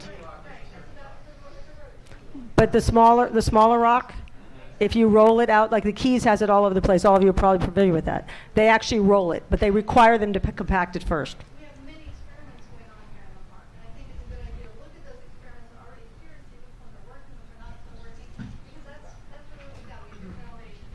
My neighbor has at least 6 inches above the street level.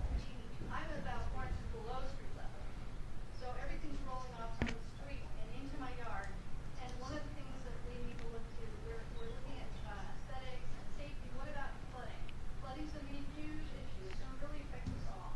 So as we get the swale, one of the purposes of the swale is also to remove Drainage, right. water. So our founding fathers, whoever started this thing, gave us swales to allow for the runoff of water to these areas. If we just let the park work and let these green spaces work for us, we'll be able to see it working. If we start to play with it by moving elevation, by adding impermeable materials, we're going to start to change everything. Like when you say you want your impermeable materials, let's say 4 inches below a grade or whatever, you're going to stop the flow of the water from that point on. Why do you want to do that? I mean, you should have a functional purpose why you want to do that, not just because, whatever, you can flex more on other things, things from cracking or whatever. Like, no limits, if we have a purpose and we allow the things to work in the yard, then we get a better circulation for everybody. Because we're going to start worrying about our flood levels. I don't know what your elevation is for your house, but I know what my elevation is. And it's high, but the water levels are rising. Our water over here, look at the canal, there's a sign out that says that people's septic tanks are no longer working. We can no longer swim in that canal. Things are changing, and we need to change with that. And bring this up on our level on our site level. It's not just about use, it's about running off this water and making sure that it doesn't affect our neighbor and, Yeah, part of the code we do have in there as well, that to maintain the runoff on the footprint of your property. So it's all about the design and the way of construction, and that's where the building inspector comes in, and with respect to public works, and it's not just one entity. if you're doing the 40% you're working against your purpose. I think you brought up a swell point, but before we go, if we can switch to that. I would like to allow Commissioner Schmier, if I may, to comment. Thank you. The ribbons issue came up, and I don't know which commissioner it was, where Mayor David Carvello was on it, and because I happen to have ribbons on mine, so that's how I remember this conversation. He was saying with the rivets that it had to be concrete in the middle, had to go all the way down. And then they decided, well, after I brought it up as a resident, that why don't we allow grass or gravel to be in it? That because when you're having the concrete, the water's going to go straight down to the street. And by having it where it can be grass in the middle or even gravel. Now that's again maintenance. So if it's not done right, meaning if the resident doesn't take care of it. That's what I heard. I Okay, heard the so- main so complaint I ribbon- heard was that the middle portion of the ribbon driveway, the main complaint I hear is the concrete cracks, and then the middle gets grown with weeds, and then it doesn't look good. That's the only thing I've heard in terms of why they didn't want it. And the only it's a problem with the ribbon maintenance. is that it didn't go all the way, and I agree, it should go all the way down to the street. A lot of houses, and I'm the first one to admit it, mine stops at halfway. That's when I bought the house. It Well, doesn't that's when go all the way that's how they down. used to do it. They didn't Okay, put them in the so swales. that's right. the way, if you're saying that we can have that and it goes all the way down, I have no problem. Just out of curiosity, is there any commissioner here that has an opposition to ribbon driveways or? No, I had no idea why they were even taken Oh, good. out. I Okay, mean, so the whole purpose is to get people parking on an improved surface. Ribbon driveways, they fall into the nature of this village. There's houses there that it's going to fall into. okay. I just was curious. Yeah, last comment. Go ahead. And then I'm sorry if I may. I'm sorry because you did have your hand up before. My apologies.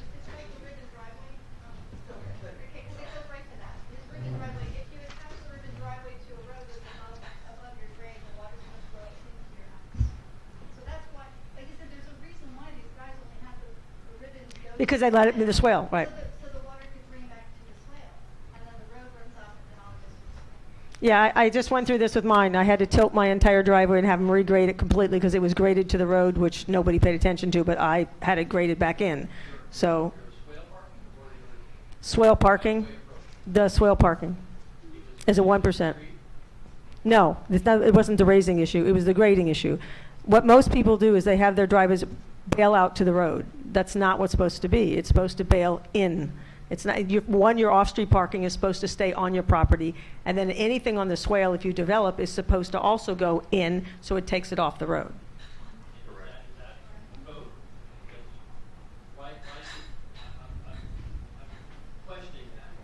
Because you don't want all the water running off the driveway back onto the road. For example, there's a street where somebody did that, and they put the whole driveway out, and the neighbor is got their entire lawn never dries in the summer, ever.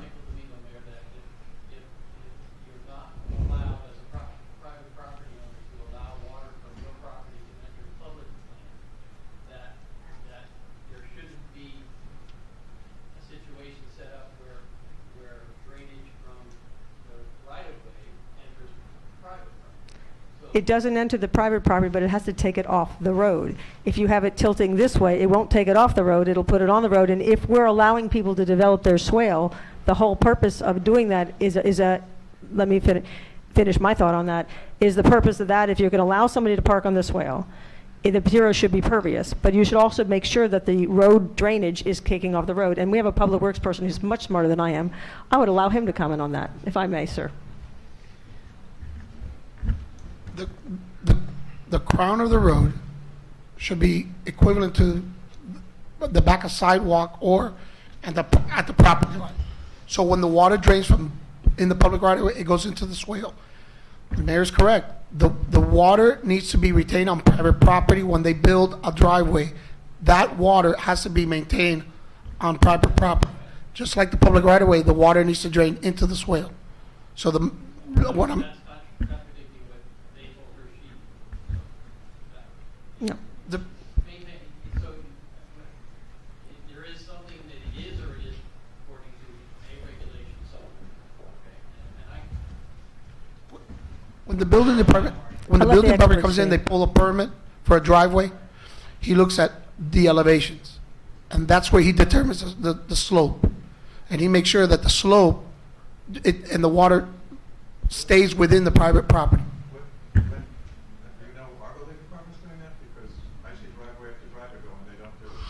Well, I believe it's the building department that when they come in with a building permit, they are the ones that approve the driveways. I believe Giordano's doing that now, correct? I'm sorry? Giordano's doing that now, I correct? believe with the new. With the company new they building are. department we have, they are But doing that. I will confirm It'll that. confirm I'm not it. certain of that. I will confirm that. Mr. Piper, and then did you have a question, sir? No. Janie. I'm sorry, Janie. I apologize. You didn't have the hand back up. So please go ahead and then Brad. The problem, good intentions notwithstanding, with the amount of driveways that have no approach, is there simply property maintenance issues. Because you cannot drive over that area every day without being a real surface and not have a weeded. Or rutted, yeah. So I'm less concerned about the shape of the driveway. What's wrong with where the driveways? I really didn't understand that part. Than I am with, again, right, maintenance, and you can't maintain without having an approach. I challenge every one of you to find one property that doesn't have an approach that isn't a property maintenance issue. Driveways on private property should most definitely have approaches between the road and. Okay. Mr. Piper. Mr. Piper. And just to add to that, most of the urban driveways do not. Right. Okay, so, now my question is in code, because this applies. How realistic is it to go around right now and enforce the code for the swale? As bad as our swales are. Can you be more specific? When you say coast the code of the swell, I need what thing you're doing? Designate a service, if we're just gonna say that, you know, the swale has to be maintained, you have to park on an approved surface. How realistic is it for code to actually go out there and start enforcing the maintenance of the swale, of the yards, of the ribbon driveways? Because ribbon driveways, it's very easy for people to get off courses. It sounds good in theory that you're gonna hit this 12-inch piece of cement every time you drive on it. But how realistic is that? Hey, I'm good. No. I wanted to bring that bigger question in, if I may, because I think that really is where we're going anyway. If the main issue, which is where a lot of this came into play, is when they started to say what to do with the swales. And when this all came about, I recall it became long before we were on the commission. This was several years ago in 2015, and correct me if I'm wrong because you all have better memories about this, but that became the issue, is how it went from the code review board to a whole swale ordinance. And then how it had to be driveway, it had to have no pervious surface, no parking on the swale. And then that became the crux of the argument, is we've been having swale on the parking, now what not to do. So what I'd like to, if I may move this portion, because this I think is the largest portion, I know you haven't commented, please feel free to chime in anytime. I think the big crux of where everybody became more worried, there's only about 10 properties, if that, left of people who don't have actual driveways. That's the truth. And if I may, if you would not interrupt me, I try not to interrupt you, so please be respectful of that. If the idea of the swale is what to do with the swale parking, people have unpermitted swale driveways that they put in. People have, or we don't have records, or, correct me if I'm wrong on any of this, manager manners, or you have people who have gotten permission and gotten permitted and put in swale parking. So you have a multitude of situations. Some of them, it's not parking, it's just rocks. Some of them, it's, I put in a full-blown driveway, and unfortunately I can't see because my neighbor pulls in, and it's so narrow that it's right on a very narrow street, and situationally it makes it problematic for the person to back out. We have all these different situations on swales, and to me, that's where a lot of the problems are occurring. So what I'd like to put to the commission, to the staff, and to the audience, what do we do about swale parking, and how do we deal with those issues? Because there are some real issues associated with that. Okay, so. And then Gary. Yeah. Yes, please. Okay, so I live on 11th Place and 115th Street. We have a duplex, and we have our septic tanks, we have two, we have a duplex, and then the front yard.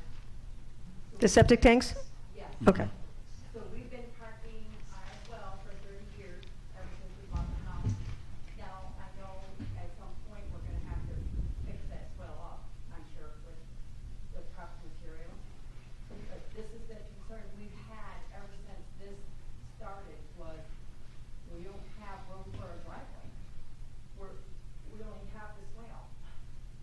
Now, and this is interesting because this brings up a future problem on septic tanks.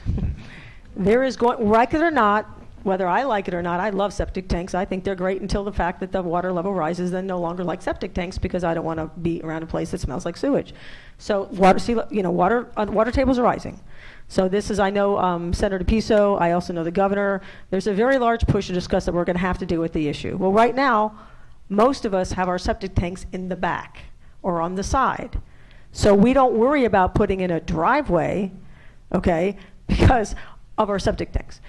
There are people now that if I'm not mistaken, the requirement now will be is if you move your septic tank, they're going to make you move it out front so that you can then connect to sewer. This creates a whole nother issue with compaction and driveways and making sure things don't settle. There's some folks out here that clearly have an issue. They move their septic tank out front, and they just have a mess in their front for their driveway. I empathize with your situation. You will be all ready for sewers, and you'll have to pay less than we do probably. But that's good news for you. So there is going to be a movement to have to move your entire sewer to the front. Okay. No well, the answer for me is yes, and I just put mine in. So yes, I understand. But when and that time frame, whether it's now or whether they're going to fund it, I know there's a big push from that now, and the governor is really committed. I think billions of dollars to doing retrofitting. Whether that moves to us or how that works, I don't know.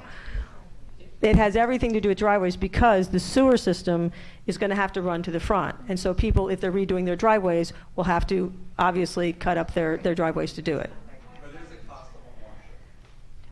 I'm not arguing. I'm just saying, trust me, that's why I have pavers in my front, because I can pull out part of my driveway and I won't be killing the whole driveway. That's why I choose pavers. I'm just telling you it is a situation that's going to come about. So I didn't want to ignore that. Okay. You asked about the swale park. Please. Okay, here's some to consider. The swale park, and the way it's written now, you can't be more than 40% coverage. Need to add long length, can be. But you need to add the long length. Should not exceed 35 feet, including the driveway approach, because it's approximately 75 feet for the average house. 75. And swale parking should be wide enough so that the wheels of any vehicle parked there at least 36 inches from the road. All driveway approaches must conform to slight triangle, which is what you're talking about. Site triangle. Site triangle. Yeah, we have that.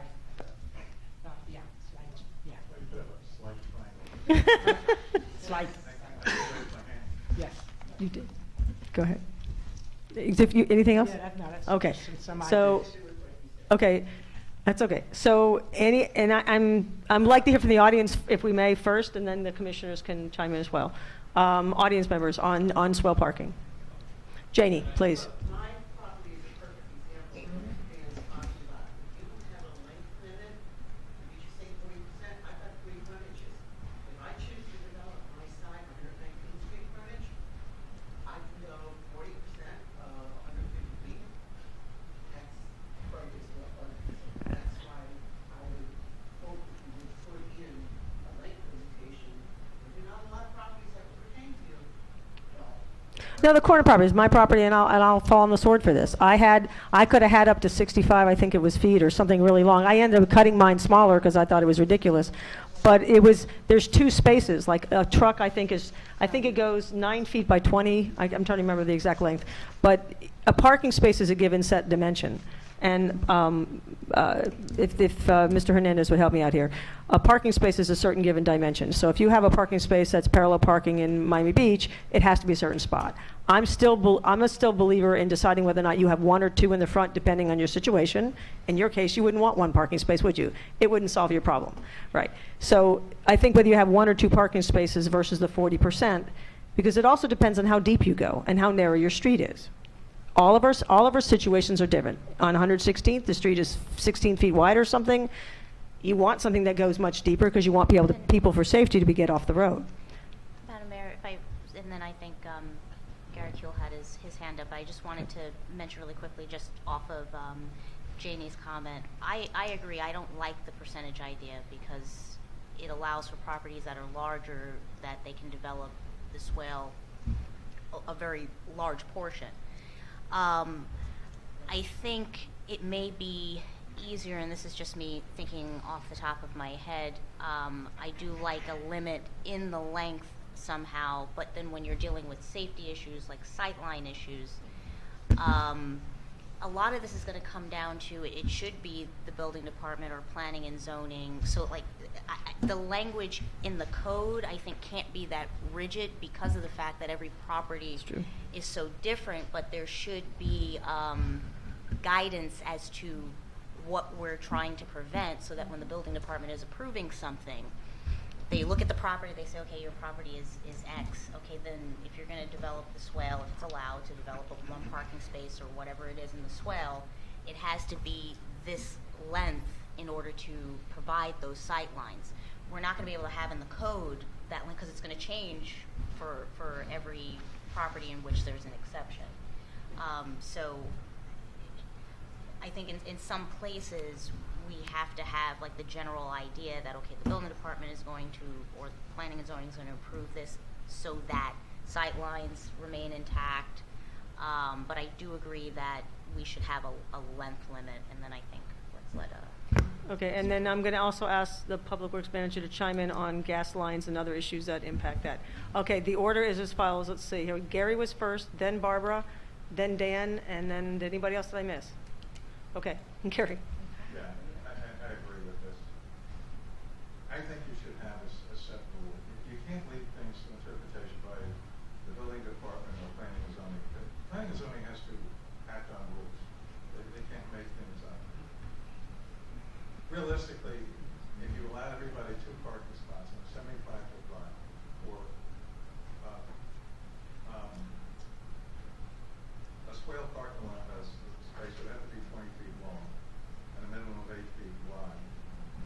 9 actually. Perpendicular. It's 9 by 19. Yeah. Okay, so if you did that, you allowed 2 parking spaces, 40 feet plus 12 feet for the driveway, 52 feet. It still allows you some room on either edge. However, I also think on corner properties that there should be a limitation on how close you can go to the corner. So those little things are just, I think we need to establish those rules to make things work. It isn't subject to interpretation.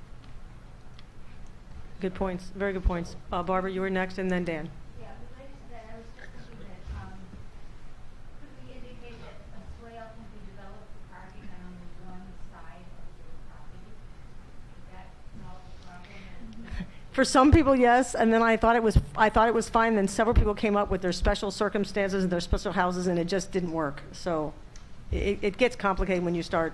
What we did do originally, to answer your question, is originally, and commissioners, please feel free to chime in and make me do all this. It's on one side or the other. In other words, if you had a corner property, you could have swale parking on one or the other, but not both. Yeah, or 40% Of one, it was for. Well, that's not the way the language wrote. It said 40%. And part of the problem with the percent, I don't like. I didn't like it then, and I don't like it now. I think a given parking space, if it's, let's say, normally it's 9 by 18 or 9 by 19. Manager, am I correct on that? Yeah. Okay. So let's call, for sake of argument, 10 by 20. Okay. And let's say you want another 2 or 3 feet for. I'm just depending on the size of your vehicle, whatever. I'm trying to be a little bit open here. If you, let's say you had another 2 or 3 feet back, where this way you could say you have to park 3 feet off the road, you'd allow that person to come back in. And at least it's specific. I have a given space of this size, and what location is it? It's easy to measure and know. And it also makes it easier for the person, in my opinion, who has to develop a driveway. They go, oh, they don't have to go, what's 40%? And I have to have a calculation sheet, and I need an architect. It's a little simpler for me, I think, for the average person. That's my take on it. Dan. With regard to these public works standards, requirements, visibility, and so forth, there's a wheel out there. We don't have to invent it. Okay? There's absolutely public works standards somewhere that deal with Miami-Dade County is probably a place that exists somewhere. Coral Gables, it exists. It does. Okay?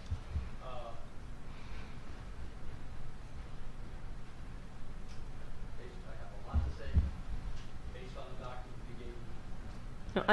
I don't think we're going by that document, so I don't think I you're. don't agree with you. Okay, but some of the elements of this document may end up in some other document, okay?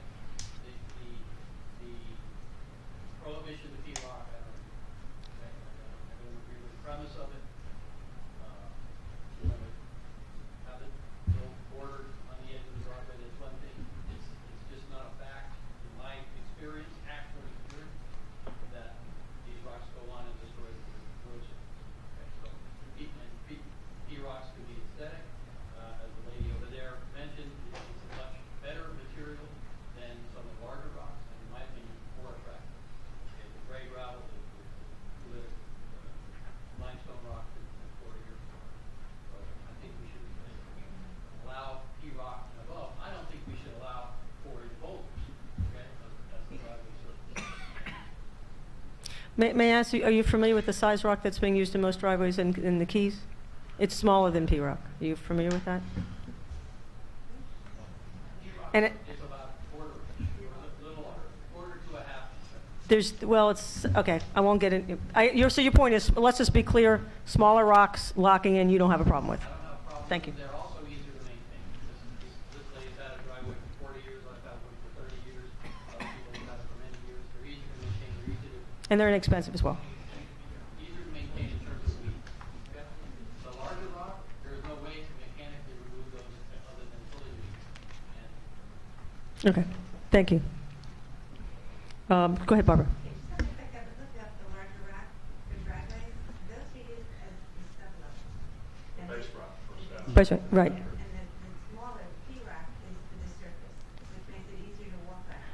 My understanding is P-rock, and the manager here, I'm going to jump to Mr. Hernandez, but my understanding is that there's P-rock, which is about this 3/4 of an inch, and then there's a small, Cold P-rock is the size of a pea. Right. okay, It's, what's 58? Says 58, that's the smaller stuff, right? right, the straighter, that's lime rock, drainage rock. It's bigger? Yeah. Okay, But I had it the backwards. All right. P-rock is very small. It is what the gentleman said. Okay, Yeah. thank you. There's one thing I want to comment though.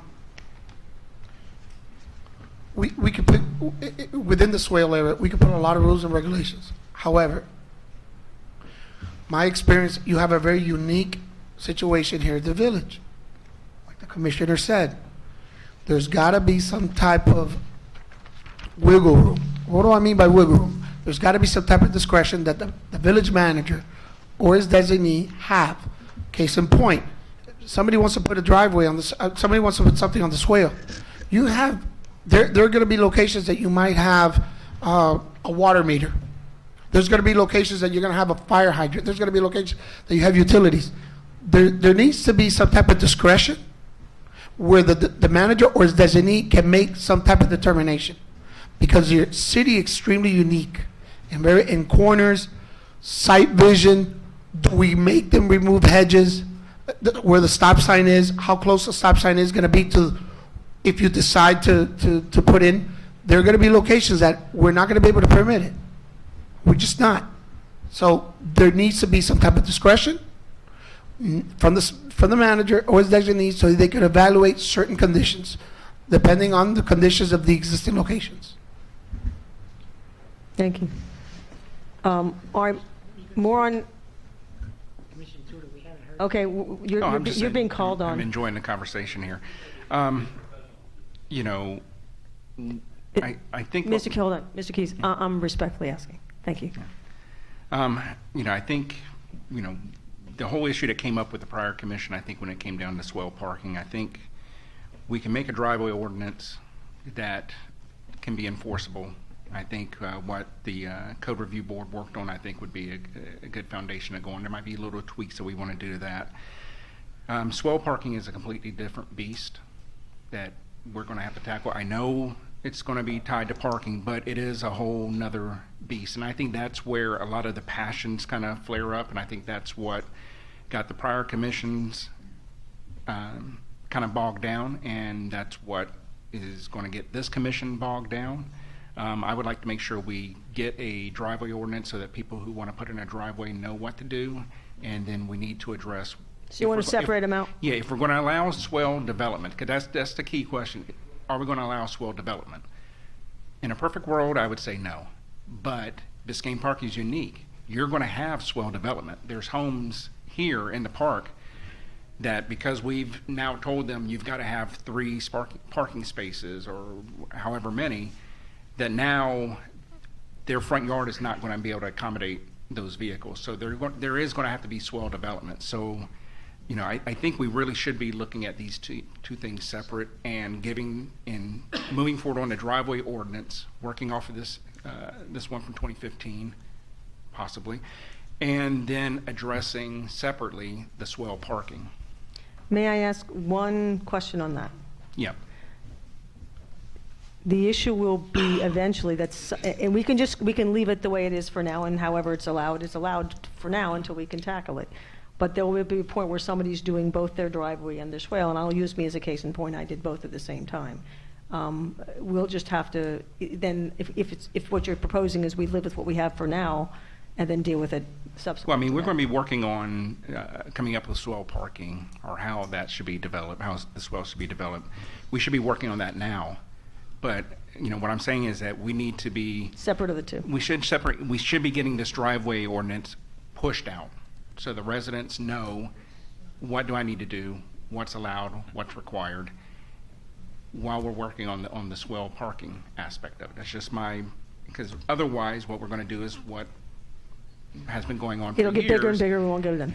We just keep going over, and then the driveway seems to be going fine, and then all of a sudden we get to discussion on swell parking, swell development, and all of a sudden it's a storm, and then we get bogged down in that, and then you have something that we may be able to work with on the driveway At least accomplish aspect, that. on off-street Yeah. parking, that is left there in a lurch because we're, trying to figure out, are we going to develop swell? Yes, we're going to have to develop the swell.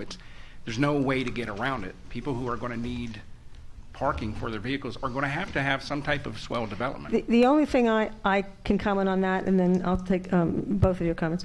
The only thing I worry about of that is that we do have people now who are developing and it comes back to construction boom that we're having. So I have and I'll pick one situation that I'm very aware of, and I will use the anecdotal on this, but it's not an atypical situation, where you have a 2-1 that's now turned into a 4-2. It's gotten larger, bigger, and whether it's a rental or it's a regular property, or it's just a property that's gotten bigger. And then they don't have any place to park their cars. I do think we need to make sure that we don't let that keep going on, so we end up with neighbors parking all over neighbors' properties, because that really is a serious concern. If you're going to house all your cars on your property, it says you have to, but then we have no rule that says I can't park on your swale for the next 6 years, and there's nothing the chief can do about it, then that to me becomes the issue, which is why the only thing I really feel strongly about is the idea that who parks on your swale is up to you. And the reason I think that'll alleviate a lot of the problems. Now, does that mean during a party or somebody's guests? My neighbors always come up to me. They want to park all the time. They're parking. But I do think there has to be a situation where if you're a homeowner, you can't have your car situation become somebody else's issue. And I do think that is a problem in the village. And I don't think it's an uncommon problem. I just think most of us are neighborly enough to deal with it, unless it's somebody who has a rental or who it's. Usually it's the investment properties that these situations seem to be occurring. Yeah, no, having a discussion about the swell development, swell parking, we have to have.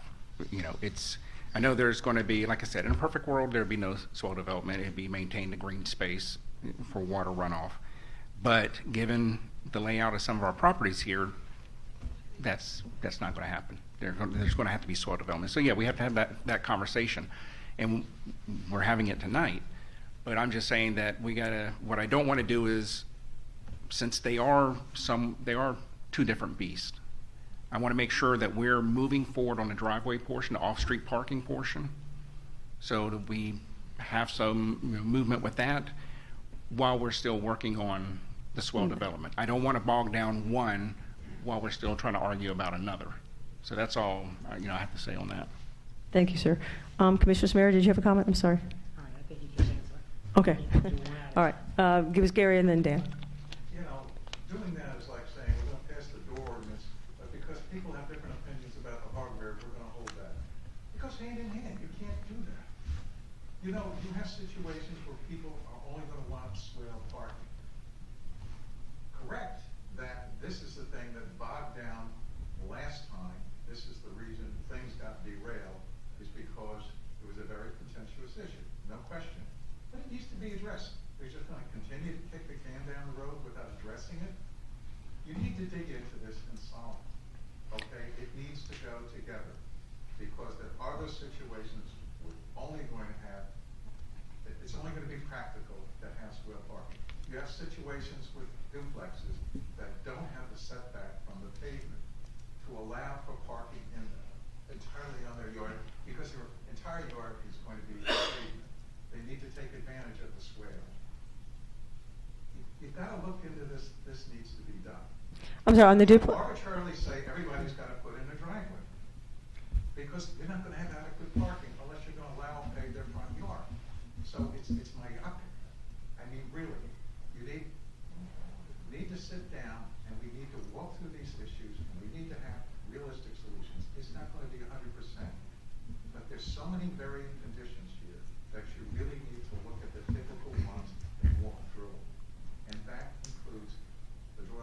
the swale concurrently. Okay, point taken. Vice Mayor? I mean, I was just going to say, I'm hearing what Commissioner Tudor is saying, but my first thought that popped into my head is, what about the exceptions? And if we're not addressing how we're dealing with the swale, then it's like we're going to be in that moment dealing with an exception and not knowing how to really address it in the swale area. So I think, unfortunately, it goes hand in hand, and we know what set the last commission off the rails with this, and that's why I think I'm going to keep going back to what came out of the code review. I know that you guys looked at swale parking with dealing with that, and see what were the issues that came up during that process, what were some of the suggestions that were made, and we can reevaluate that with the way the landscape of Biscayne Park looks like today and move forward from that. But I don't think that we can really parse the two out, because it's going to overlap, because there has to be a way to deal with those exceptional circumstances. And I think one of the messages tonight, if I'm hearing everybody correctly, is you want to minimally do that, respecting the history of the village. And I think, is there any objection? I'm seeing nodding of heads, so I think that is part of the piece here. Yes, sir. I'm one of the people with the duplex, and I don't have a driveway. I have an apron and a parking pad, one on each side. Like on each side of the property, so for each unit. And 80% of the parking pad is in the swale. Yeah. Okay? Now, you know what's in front of the swale? Drain field and septic tank. Okay, on my private property. So Where do you live? What is your address again? my swale is so wide that I can park perpendicular to the street. Okay. Okay? Now, a duplex, are you gonna force me to put in more parking spots?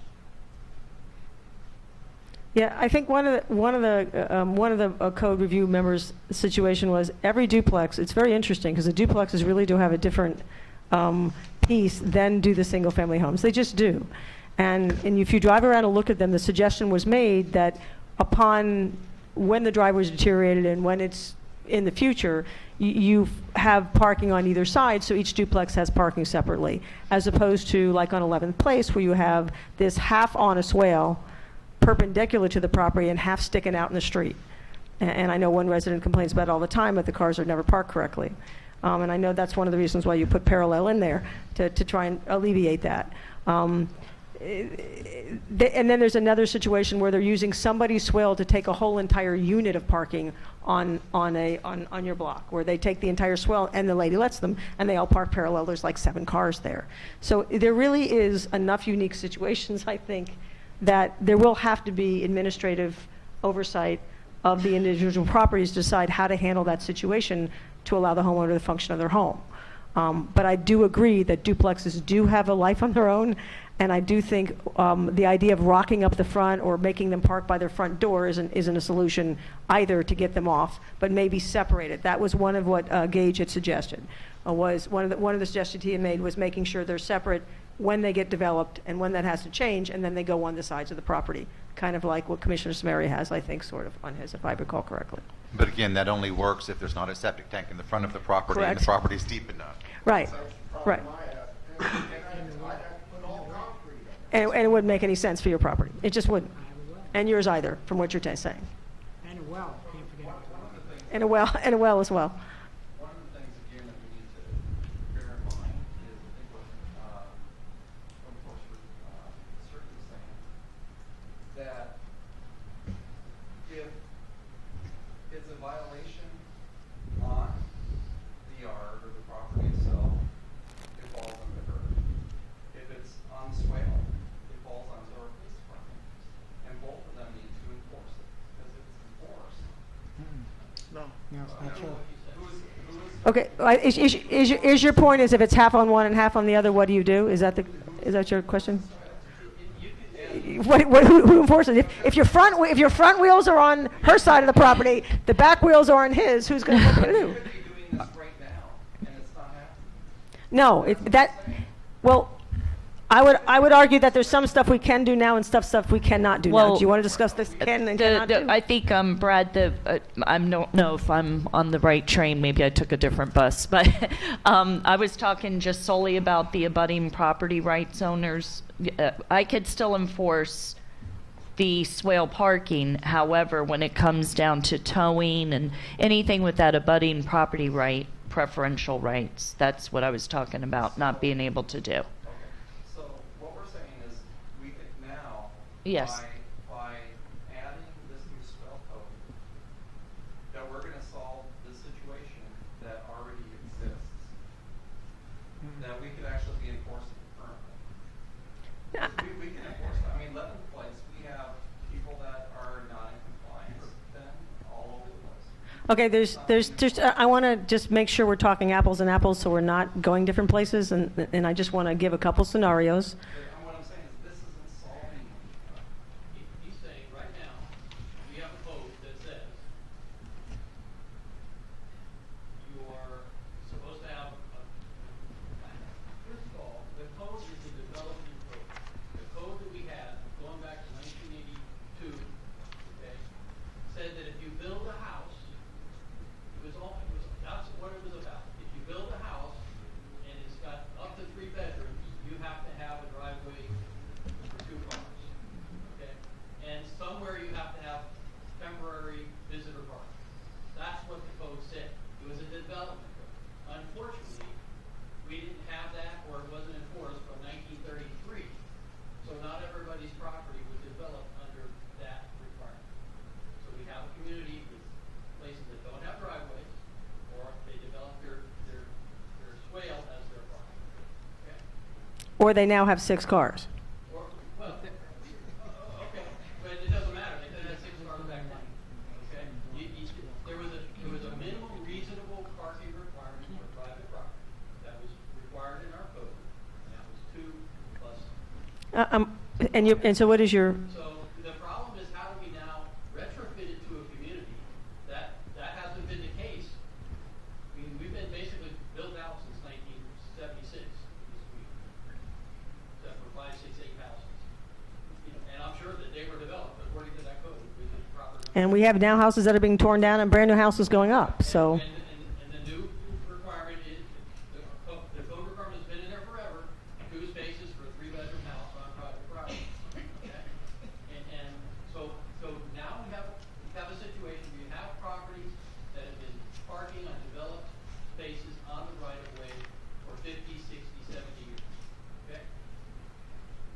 Do we or do we not require them to rip that up and put driveways and parking spaces on their private property? I would say the answer to that should be no. Okay? However, if the property has no developed swale parking, it has no parking units on private property, then they're gonna be parking on grass or some other unimproved surface, okay? Which should be a violation of our code, okay?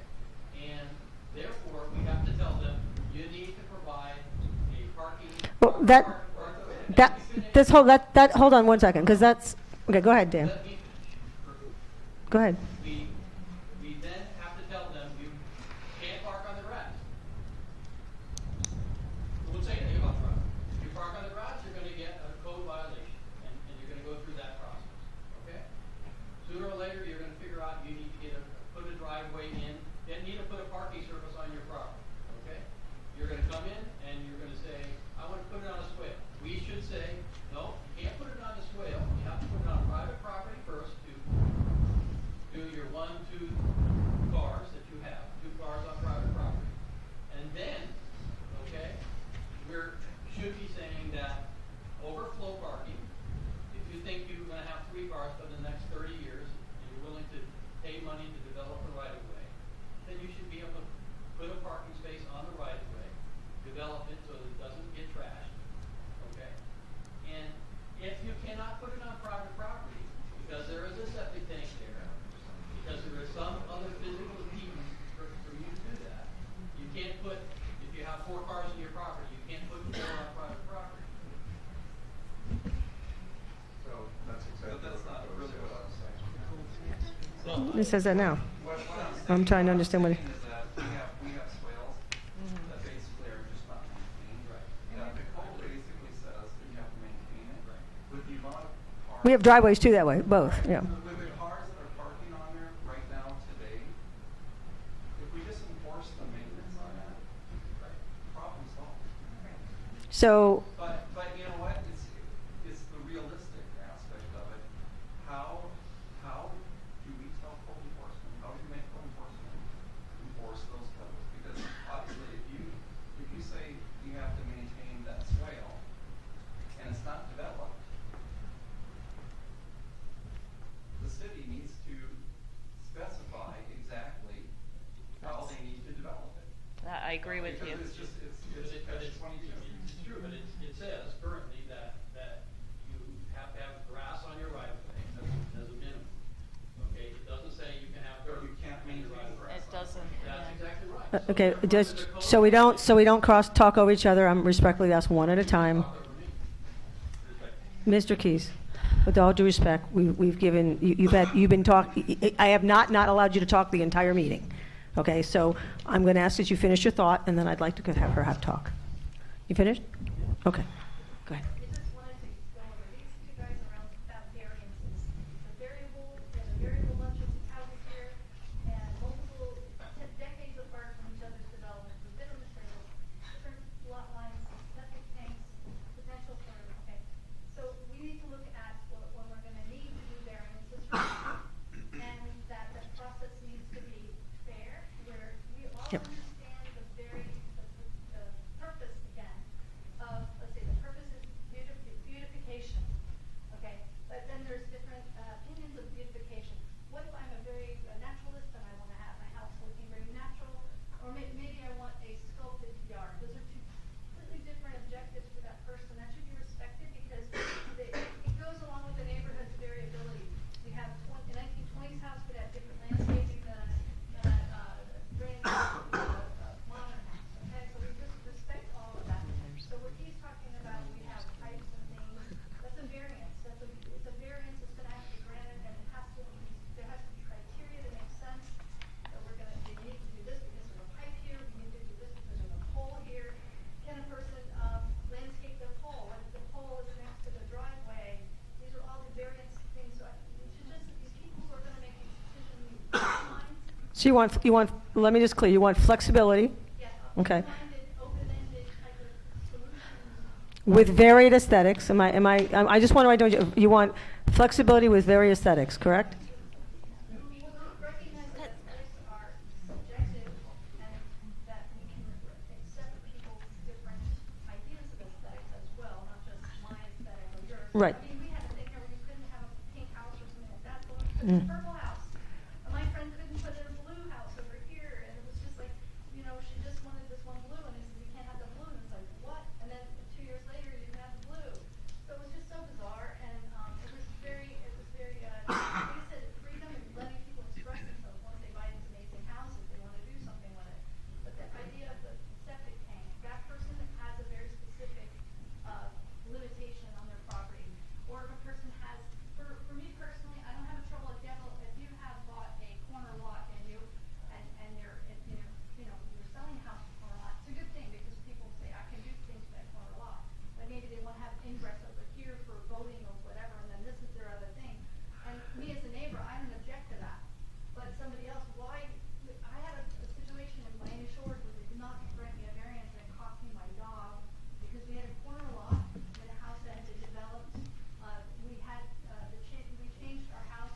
The person had done a big blowout development of this new house that was built in the 60s. And I parked something in there and blew it out and made it a 6-bedroom, 3-bath house, 4-bath house. It was tremendous. So we didn't have a yard and I have a dog. And we tried to get a variance. My father was a lawyer. Tried to get the variance in Miami Shores.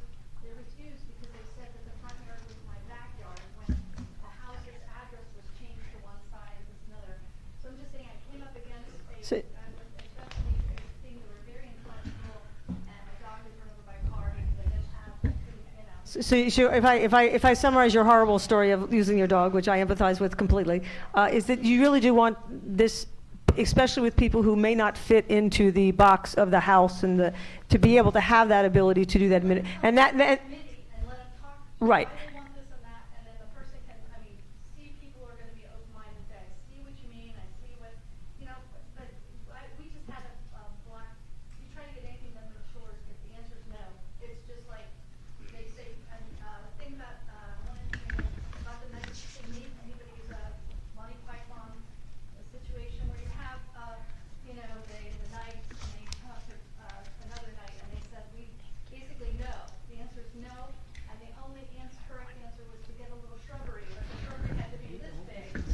Okay, I think we have your point. Okay.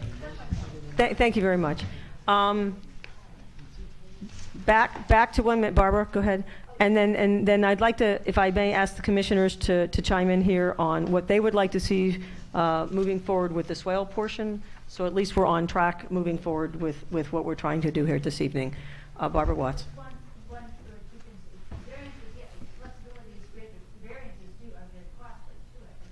Yeah, I wrote down cost. Cost, especially as they're starting this, cost has to be reasonable.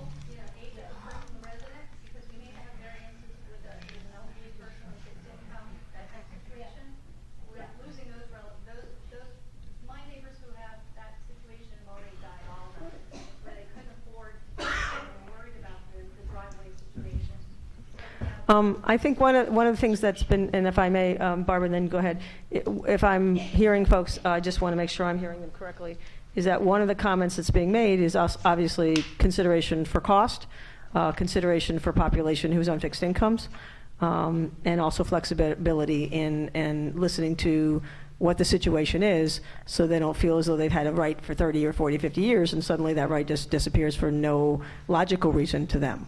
And I think that's what I'm hearing, if I'm hearing that correctly. We're also hearing from other residents that would like to see rules and specificity, if I can say that right. I can never say that word correctly. Specificity. I'll never be able to say that word. Thank you. That are very clear cut so that it's easy to follow, because the other issue is when you put things through boards or you put things through planning, we don't have a zoning department, and that is the reality of a small city. We have a planning department and we have the board that function as the zoning, but we don't have really a zoning department. Usually most cities have a zoning department that reads through all this, goes out to the property and actually and looks at some of this. We don't have that here, and I think that is part of the challenge of this, and that's something we have to look into, and I've already spoken with the manager about. My opinion is we need one, at least an external for complex situations. I'm sorry, Barbara. Okay, yeah, and I'd like to just start with regarding the discussion with the duplexes and apartment buildings. Could we have a separate code for that? I mean, a separate portion for that? You can add extra pieces to it. I don't see any reason why you couldn't do that. That specifically addresses them. Yeah. Yeah, multi-families, we have a few, and numerous duplexes definitely have different circumstances. There'd be a subchapter in it. Commissioner Samara, I'm going to go around there for the commissioners and ask they to input, please. I'd like to find out, since the Code Review Board did the 2015, I'd like for us to go back to them and have them do an in-depth more on the swale. Because I think that's the only thing that I seen in it was the swale. And I know you attacked it. I don't know why it didn't get as good as you did the rest of the code. Well, again, it got changed. Oh. It wasn't, we had a resolution. Okay. And, not everybody agreed, but we came to a consensus, and it was changed. Okay, so it was changed by the commission. Yep. Okay, so then I'd like for us to go back to that And look at that more. I think we're finding this commission, at least I see it, is willing to work on the swale thing. So I think that if we go back to the review board, I don't think we'll have that problem. Vice Mayor. And I mean, that was always my understanding. So I agree with Commissioner Samaria that whatever came out of the code review with regard to the swale, let's look at that again and address it, because that was my understanding that somehow it got changed or thrown out, whatever it was. It morphed. But again, we don't need to keep reinventing the wheel the code review board did a lot of work. We already have things in our code that need to be enforced. If we need to tweak a couple of things, maybe the code review board can look at what came out of the 2015 and make sure, you know, it still works, or there are things that need to be addressed.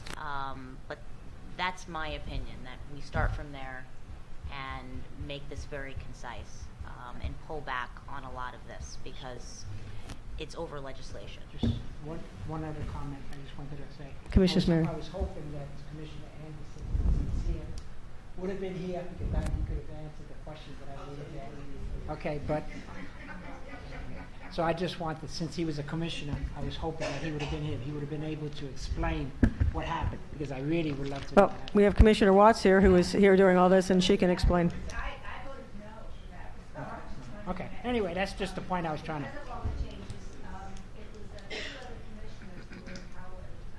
Okay, no, I didn't want to, I'm not pinpointing any particular commissions, I just wanted to know. Well, we do. I just wanted to recognize we do have a former commissioner who was here during that time. So, Commissioner Tudor. I agree with what a lot of the fellow commissioners are saying here. I think what we need to do is go back to what the Code Review Board worked on, use that as a basis. I think the off-street parking portion is a much easier bite. The swell thing is a little bit more, there's a little bit more passions, I think, on the swell aspect of it. But let's go back, see what they have. I know with the prior commission that it did get a little off the rails and I think it was more specific to the swell development aspect. I think that's what derailed that. So yeah, I definitely would like to go back to take a look at what the Code Review Board had worked on.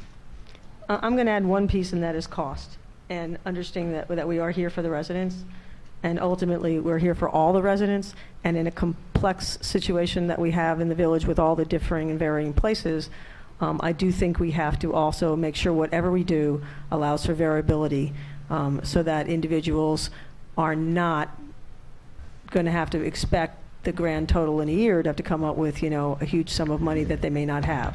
So I just want to make sure whatever we do, there's no reason we can't ask people to maintain their property. There's no reason why I don't think we can enforce and start to clean up some properties. And you do a very good job of making sure that some of our elderly folks, and we can work with the foundation and other people to help some of the folks that may need help. But I do think not everybody, we do have people that are moving into the village and doing a lot of remodels, but the expectation, I think, has to be balanced. And I just want to make sure that we understand that we can have properly maintained properties, we can have the issue of the driveways taken care of and deal with some of the carb light issues we have, but we also have to deal with the reality of the diverse financial backing of many of our community members. And that's all that I want to say on that piece. No, I'm talking about the financial impact. The driveway isn't the only ordinance that can have a financial impact on residents.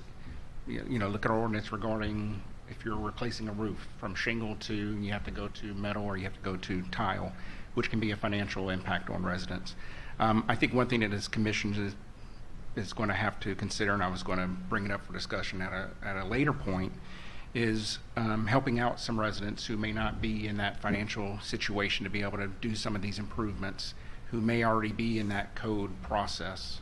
I think we need to work with our residents, and I think we need to start thinking about budgeting monies aside for a code compliance loan mitigation program to work with some residents on some of these big ticket items, because some of these things that we pass have a significant impact on some of our residents.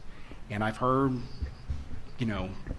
from some voices that, for those residents that cannot afford some of these things or need help maintaining their properties, that they should just move. That's not something that I'll tolerate. We need to come together as a community, and we need to figure out ways that we can work with our residents to not just beautify the village, but also to help them get to those levels that we want their properties to be. Yeah, and then I'll let Brad go. I had one anecdotal. I had a lady who's lived here for 60 years, and She came to me because she was concerned about paying for her dirty roof or her medication for her diabetes. The code officer was kind enough to help me deal with that situation. But I will tell you that it is heart-wrenching when you know that somebody's paid and been here and been doing everything their whole life and keeps their property as much as possible as they can, and in their later years, I've heard somebody say, well, just have them move or have them take out a loan. I also think that's just insensitive. I think sometimes, as a community, I've always loved living here because we've always supported each other, and I just think that's the kind of community I want to stay in. So I do think there are other solutions for those people. That doesn't mean we have to leave the roofs dirty, but maybe we can all help out and pitch in. And I'm hoping most of you I know have offered to do that and have helped your neighbors and continue to do so. And I hope we'll be that community. Mr. Piper. So that being said, it's agreed that it's not, nobody wants to see anybody having to have a burden, financial burden as a new code. But it is a cost of homeownership. And as we grow old, and as we age and circumstances happen, our financial situations also change. And it's also not appropriate to allow, which we've done in the past, individuals to sit in a home when maybe they should have actually moved on while their property was deteriorating rapidly. Please allow him to speak. Thank you. We had a resident that was almost 100 years old that died in the park, and literally her home was covered in mold and her roof was caving in. And, not to say that, we need, as a community, need to come out and help her. But we also need to look at the fact that part of what the city needs to do is make sure that those living conditions are maintained for the protection of the residents. Janie? Technically, Bob and I thought that senior citizen would be quiet.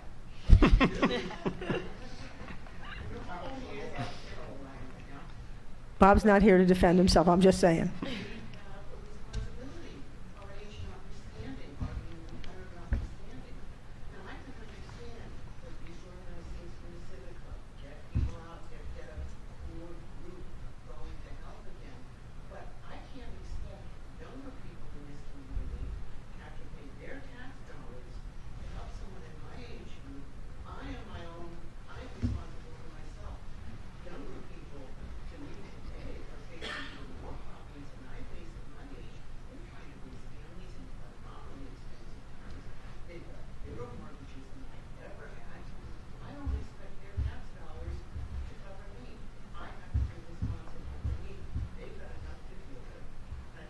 I think we can work with the foundation and other places to try and help out folks. I think there's other ways to do that. I don't think we necessarily have to have tax dollars, but I agree with you. I think we can find a way to help them. I'm sorry, Barbara Kuehl, and then you. I'm sorry. Many times I read at North Miami, they have they funded the programs that do help people in lower income, and maybe that's something the village can find out how they're doing it, and maybe it's something we can access for our residents. Yeah, and I do think you're right about some folks. I think Mr. Piper made one point that I kind of was interesting, and that is we all need to. It would be very helpful if we all helped reach out to our neighbors, because many people are very prideful, and they don't want you in their house. They don't want you to see what's going on. I know my aunt was 102 and a half when she died, and she didn't want any help. She was ex-military, and she was stubborn. She didn't want anybody helping her. She could do it herself. So my point is, I just think we all can help each other out, and I don't think that's a thing. I'm sorry, but in the back, and then I'm not sure who was first, Gary, or you guys can fight it out. You can fight it out.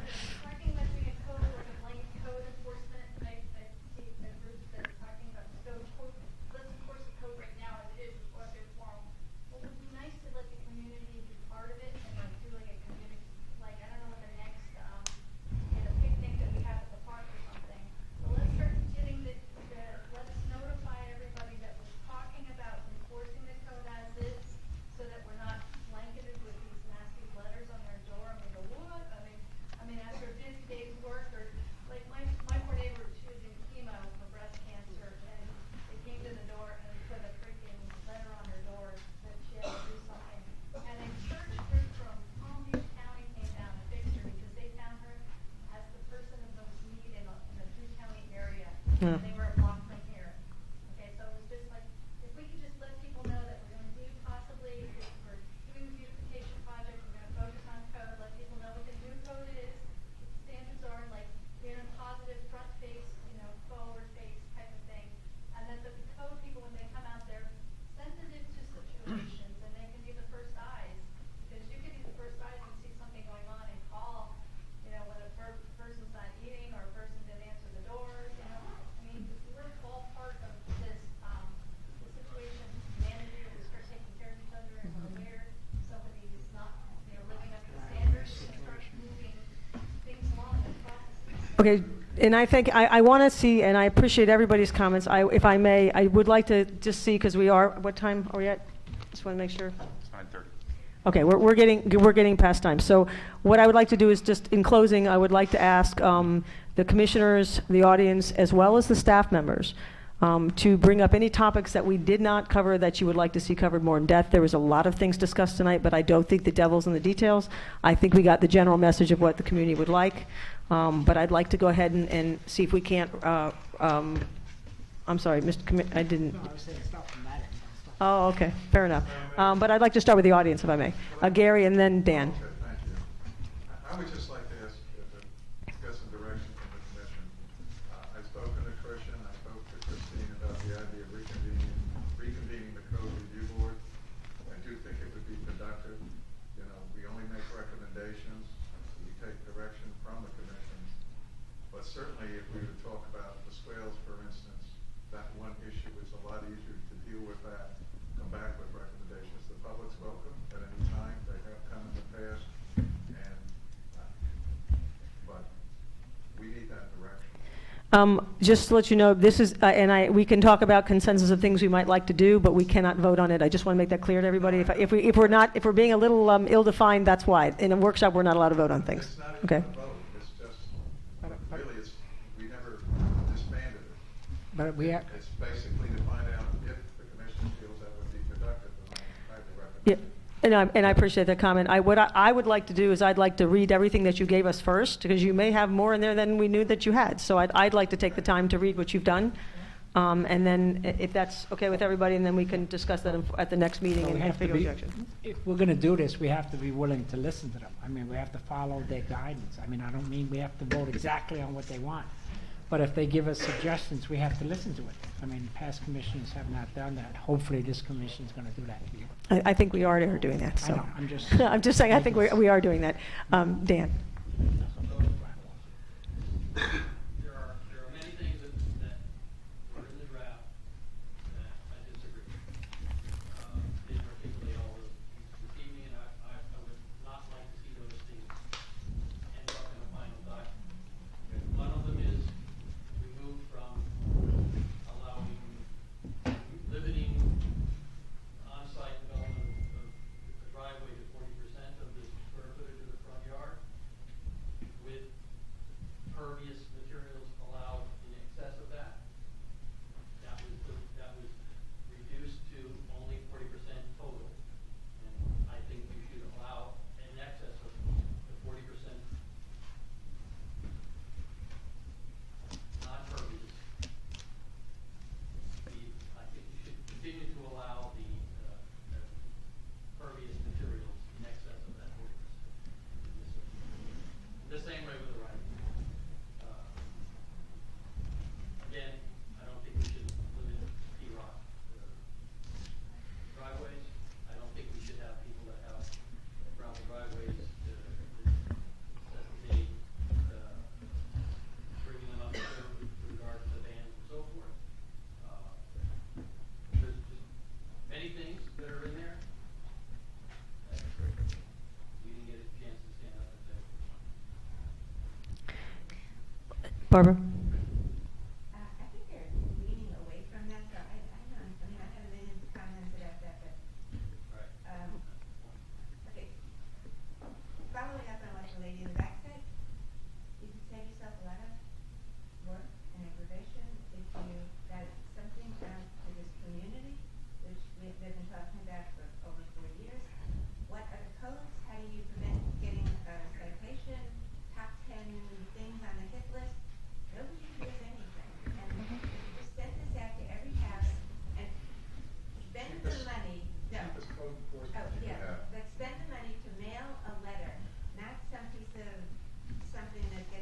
That's what are the worst issues offending, and we're going to be, and we'd like you to address them in a positive way, correct? Which is what you were saying.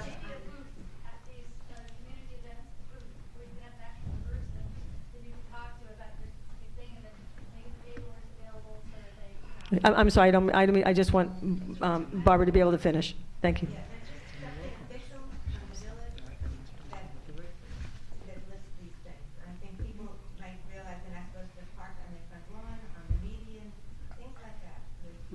Okay. We have that in the welcome Things package. that are on the website, people don't go and read when they can put their garbage out, when they couldn't, what an oversized trash pile is. I mean, I really think a lot of people don't know because the violations are rampant. Yeah, the newsletter used to help with that. Well, and we When also I have. first moved Yeah, the here, newsletter helped was- with that. We also have it in the welcome packet that the rec board. Yeah, put together. that's an interesting thing, because the welcome packet, but we're getting off track here, but this is definitely, I think this will go to, we are going to, and I'm going to let you all speak it, we are going to go to having another meeting on code, which I've requested and the commission agreed to do, and you're going to set a date, right?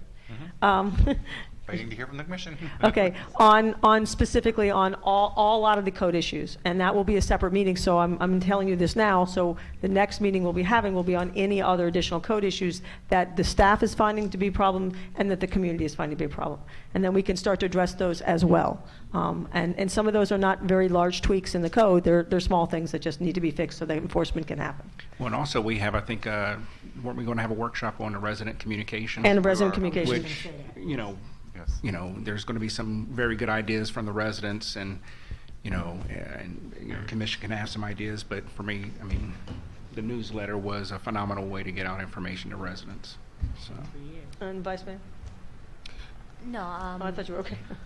I was addressing something else that's now since passed, so it's okay. I just want to have a clear understanding of what are the next steps are, because from what I understand, you're going to review like what we have talked about, and I would love for us to still be kept in the loop, because I think it was like very useful the discussion we had tonight, even though I do understand that the commissioners represent us. So I think that we need to build this cycle together, and we need to have this kind of open discussion throughout the entire process, because we have so many exceptions. We have some residents that have been here for years. We have some new ones. I think it all together, I think it could be like very useful for the community and also for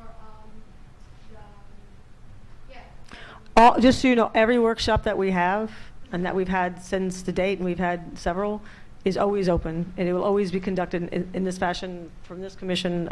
I think has been very open to wanting that. So I don't think that will change.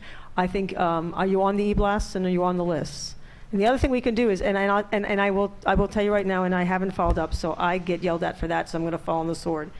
There have some residents have been complaining that they're getting intermittent emails. And so there is an issue with some of them getting out, like the Kuehls have had it. You also need to update the email blasts, because when I sent out an email blast, a company called me up and said, "Why are you sending me?" Well, no, that's not us. They have to opt out. They have to opt out. We can't opt them out. It's like any other email list that you have. But I think we do need to do that. Okay. We'll check that out. Yeah, that's a new thing. I don't know what's going on, because I've had that now from 3 residents. I've had it from 3 residents. One's 2, and there was a third one too, and I can't remember who it was. But we do need to look at that, if you could, please. And some are not getting it, and they're on the email blast. That's what I'm saying. Yeah. Okay. So Mayor, is the direction of the commission for us to restart the code review board? We bring it can't, back we at have the to, next we have to, commission meeting? we're going to bring this up at the next Next commission commission. meeting, Okay. because we That's where can't we are. do that here, is my understanding from the attorney. So I'm just trying to make sure we follow all the rules of the workshop. So we'll bring this back, just so you know, it'll be a discussion item about what the next steps are at the next commission meeting. I first of all want to thank all of you for your the civility in which you address things that were very concerning to you and that you're very passionate about. I appreciate everybody listening, everybody else's viewpoints. And if there's anything else that you want to discuss, you can reach out to either the manager or any of the commissioners that you'd like as well as this process moves forward. I'm going to allow Dan Keys and then Dan Samaria, Commissioner Samaria.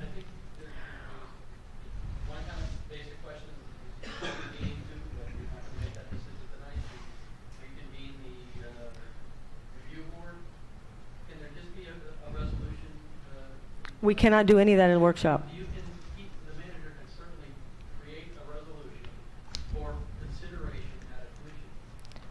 I'm saying this, that we will discuss whether that, how we're going to move forward with the charter review. I think you've heard a consensus from the board, every member here, that they're more than, and they want to listen to everything that the charter review committee had. So I think that we're already in that step. Am I Code review. Code review board. I'm sorry, what did I say? Charter review. Code review board, sorry.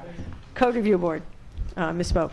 So I think that's the direction that's heading anyway, and I would ask that you wait till the next commission meeting till we are able to vote on it.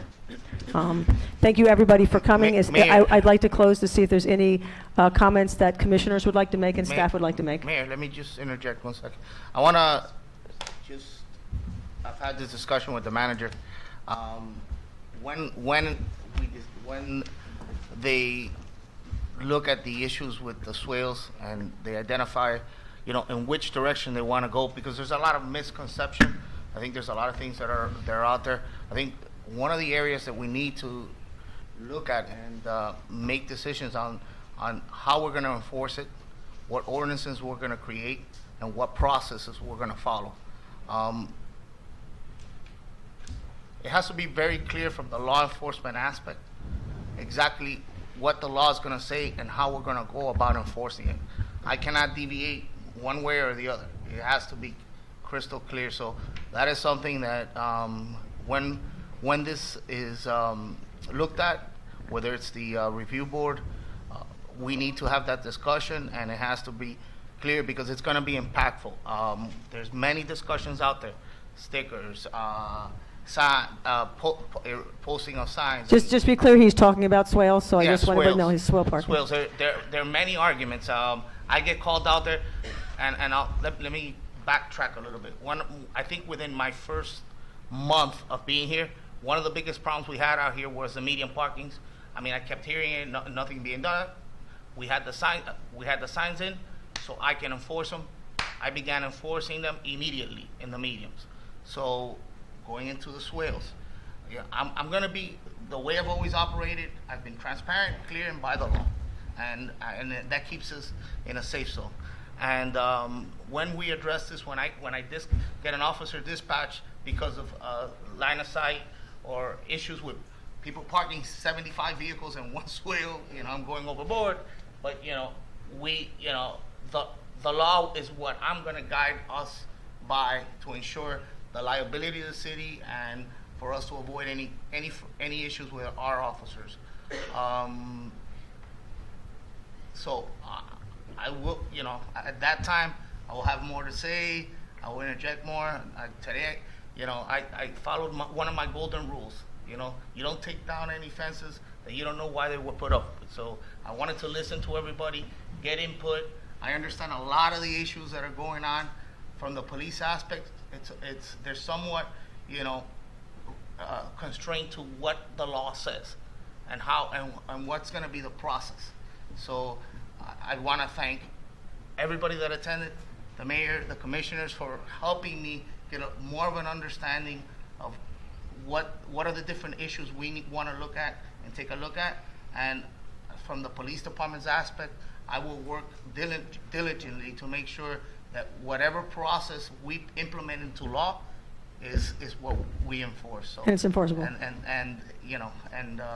And everybody will be happy at that time because it'll be clear.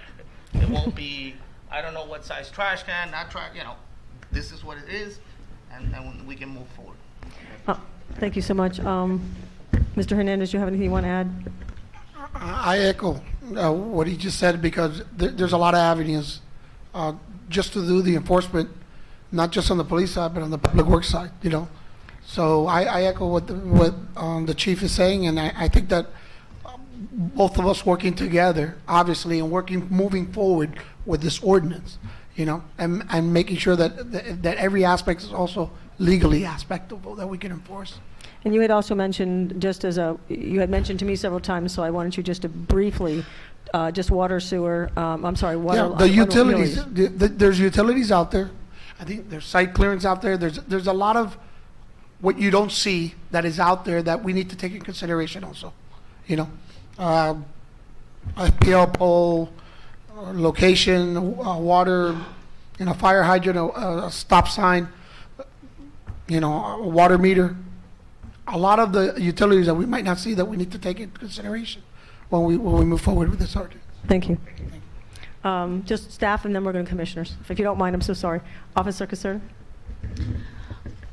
Just want to ask for probably a little bit of input, is if maybe I could get some feedback as to what is not liked in the ordinance and that is liked, so I have a feel for where everybody is within the community. Just when we do the code review board, if I'm assuming you're on the review board or have been, okay, if we could do that and just ensure whatever we do moving forward, that we do keep it in layman's terms, because we want everybody to be able to comprehend what's out there, that anybody could open up the Municode, read it, and go, I know that's what they mean.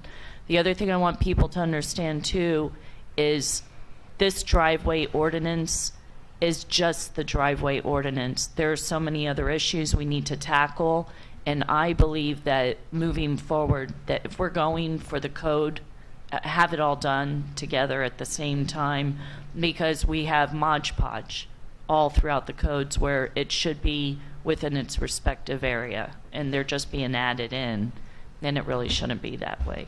And it makes it, you're hunting and pecking for things, so. Thank you. Just suggestion. Thank you. Manager Manners? I just want to thank everyone for coming out tonight. The reality is, with all of this, that what we want is a code that works for the residents of the village and that is enforceable by both Officer Caserta and the police force. Less the police force, usually code is just the Officer Caserta, but there are going to be that crossover. In that the we'll swale, encounter from the time to famous time. swale. Exactly.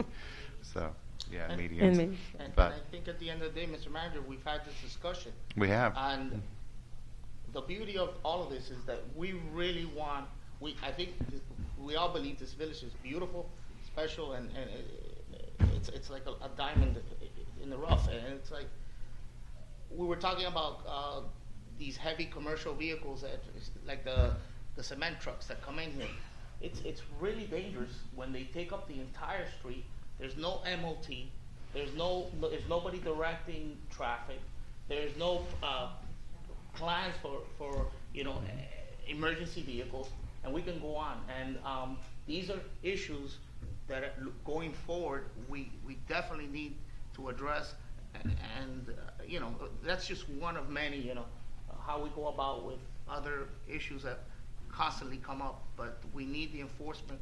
So to a next workshop near you, we will be looking at some of those issues as well. Then I'll close, and I'll start with Commissioner Samaria. First off, I'd like to thank all the residents for participating, and hope you're going to continue to do this in the future, because I work for you. I don't work for myself as a commissioner. So I like to have residents' participation. I'd like to thank this commission for allowing the residents to speak at this workshop, and I hope that we continue to do this in the future. Absolutely. Because everything that we do affects them, besides us, ourselves. And if the whole key is we wanted, when I ran, is to have residents' participation. And if you continue to allow the residents to speak, as you have done today, where we have bend the rules more than we have done in the future, you'll get a lot more residents to participate. It's a workshop. Right. That's the point of a workshop. I don't care. Resident commission or this, it's the same thing. We need to have this continue to be open. Thank you. Thank you, sir, very much. Actually, we're going to... No, just wanted to thank everybody for being here tonight. I think I'm very happy with the communication between residents and the administration and the commission up here. I'd like to see more of that going forward. I think that's where you see, when we play well together, we get a lot more done. So I was happy to see that. I think these workshops are going to be very important. Thursday night was fine. I think we're going to, I'm kind of interested in maybe doing something on a weekend, maybe try to get more resident participation on that. But I just wanted to thank everybody for coming out. If you have anything that you didn't get off your chest tonight, please feel free to stop me, talk to me, email me. That's what we're here for. And just once again, thank you. Thank you, sir. Vice Mayor? I agree with what my fellow commissioners have said. thank you all for being here, for speaking with us, speaking your mind. Discourse is an important thing. We may not agree with everything, but it's ideas, and it's helpful. I like how tonight went, and I look forward to more events like this, and I think that we can really fix things, improve things if we listen to each other. So I want to thank everybody for being here tonight, and I'm hoping with this workshop is a start to getting at least tackling this, getting this put to bed in a way that can satisfy everyone. I won't say make everyone happy, because I don't think you really can, but that at least we'll have something good moving forward, and I think this was a very good first step, and I appreciate everyone's input tonight. I just want to say this is probably for me, has been a great learning experience for what I started. I thought I could get it done quickly. That was my original goal, and I made a lot of mistakes initially with the ordinance and my approach to it. But I do think one of the greatest lessons I learned is the amazing diversity and non-specificity, which I'm not going to be able to say again, I hate that word, to what this place is. It is just very unique, and many of you are also in that guard, have your own perspectives and views of things. I do want to thank everybody for coming, whether we agree or disagree on various items. I really do hear all of you, and I do understand that everybody, staff included, who took this on had a very different concept of what they thought they were doing and what's turned out. But I also appreciate, and I want to thank the staff, because I know how much time they spent trying to bring things, whether they ever end up in it or not. And I appreciate your openness. I appreciate your openness to this process as well. So thank you, everybody, for coming. I look forward to, and please invite as many people as you can to come out to the next one. I think it's very helpful to have as many diverse members of the community here, because it really does add to the conversation. Next commission meeting is, we have announcements. Can we let the clerk do that? Thank you very much. Okay, so with that in mind, we'll have announcements. We have Monday, Friday 4th, 2019, 6:30 p.m. Planning and Zoning Advisory Board. And our next regular commission meeting will be held on Tuesday, February 5th, 2019 at 7 p.m. And Saturday, January 26th, 2019 is movie night at the Recreation Center at 6 p.m. Is there a motion to adjourn? All those in favor? Aye. Meeting adjourned.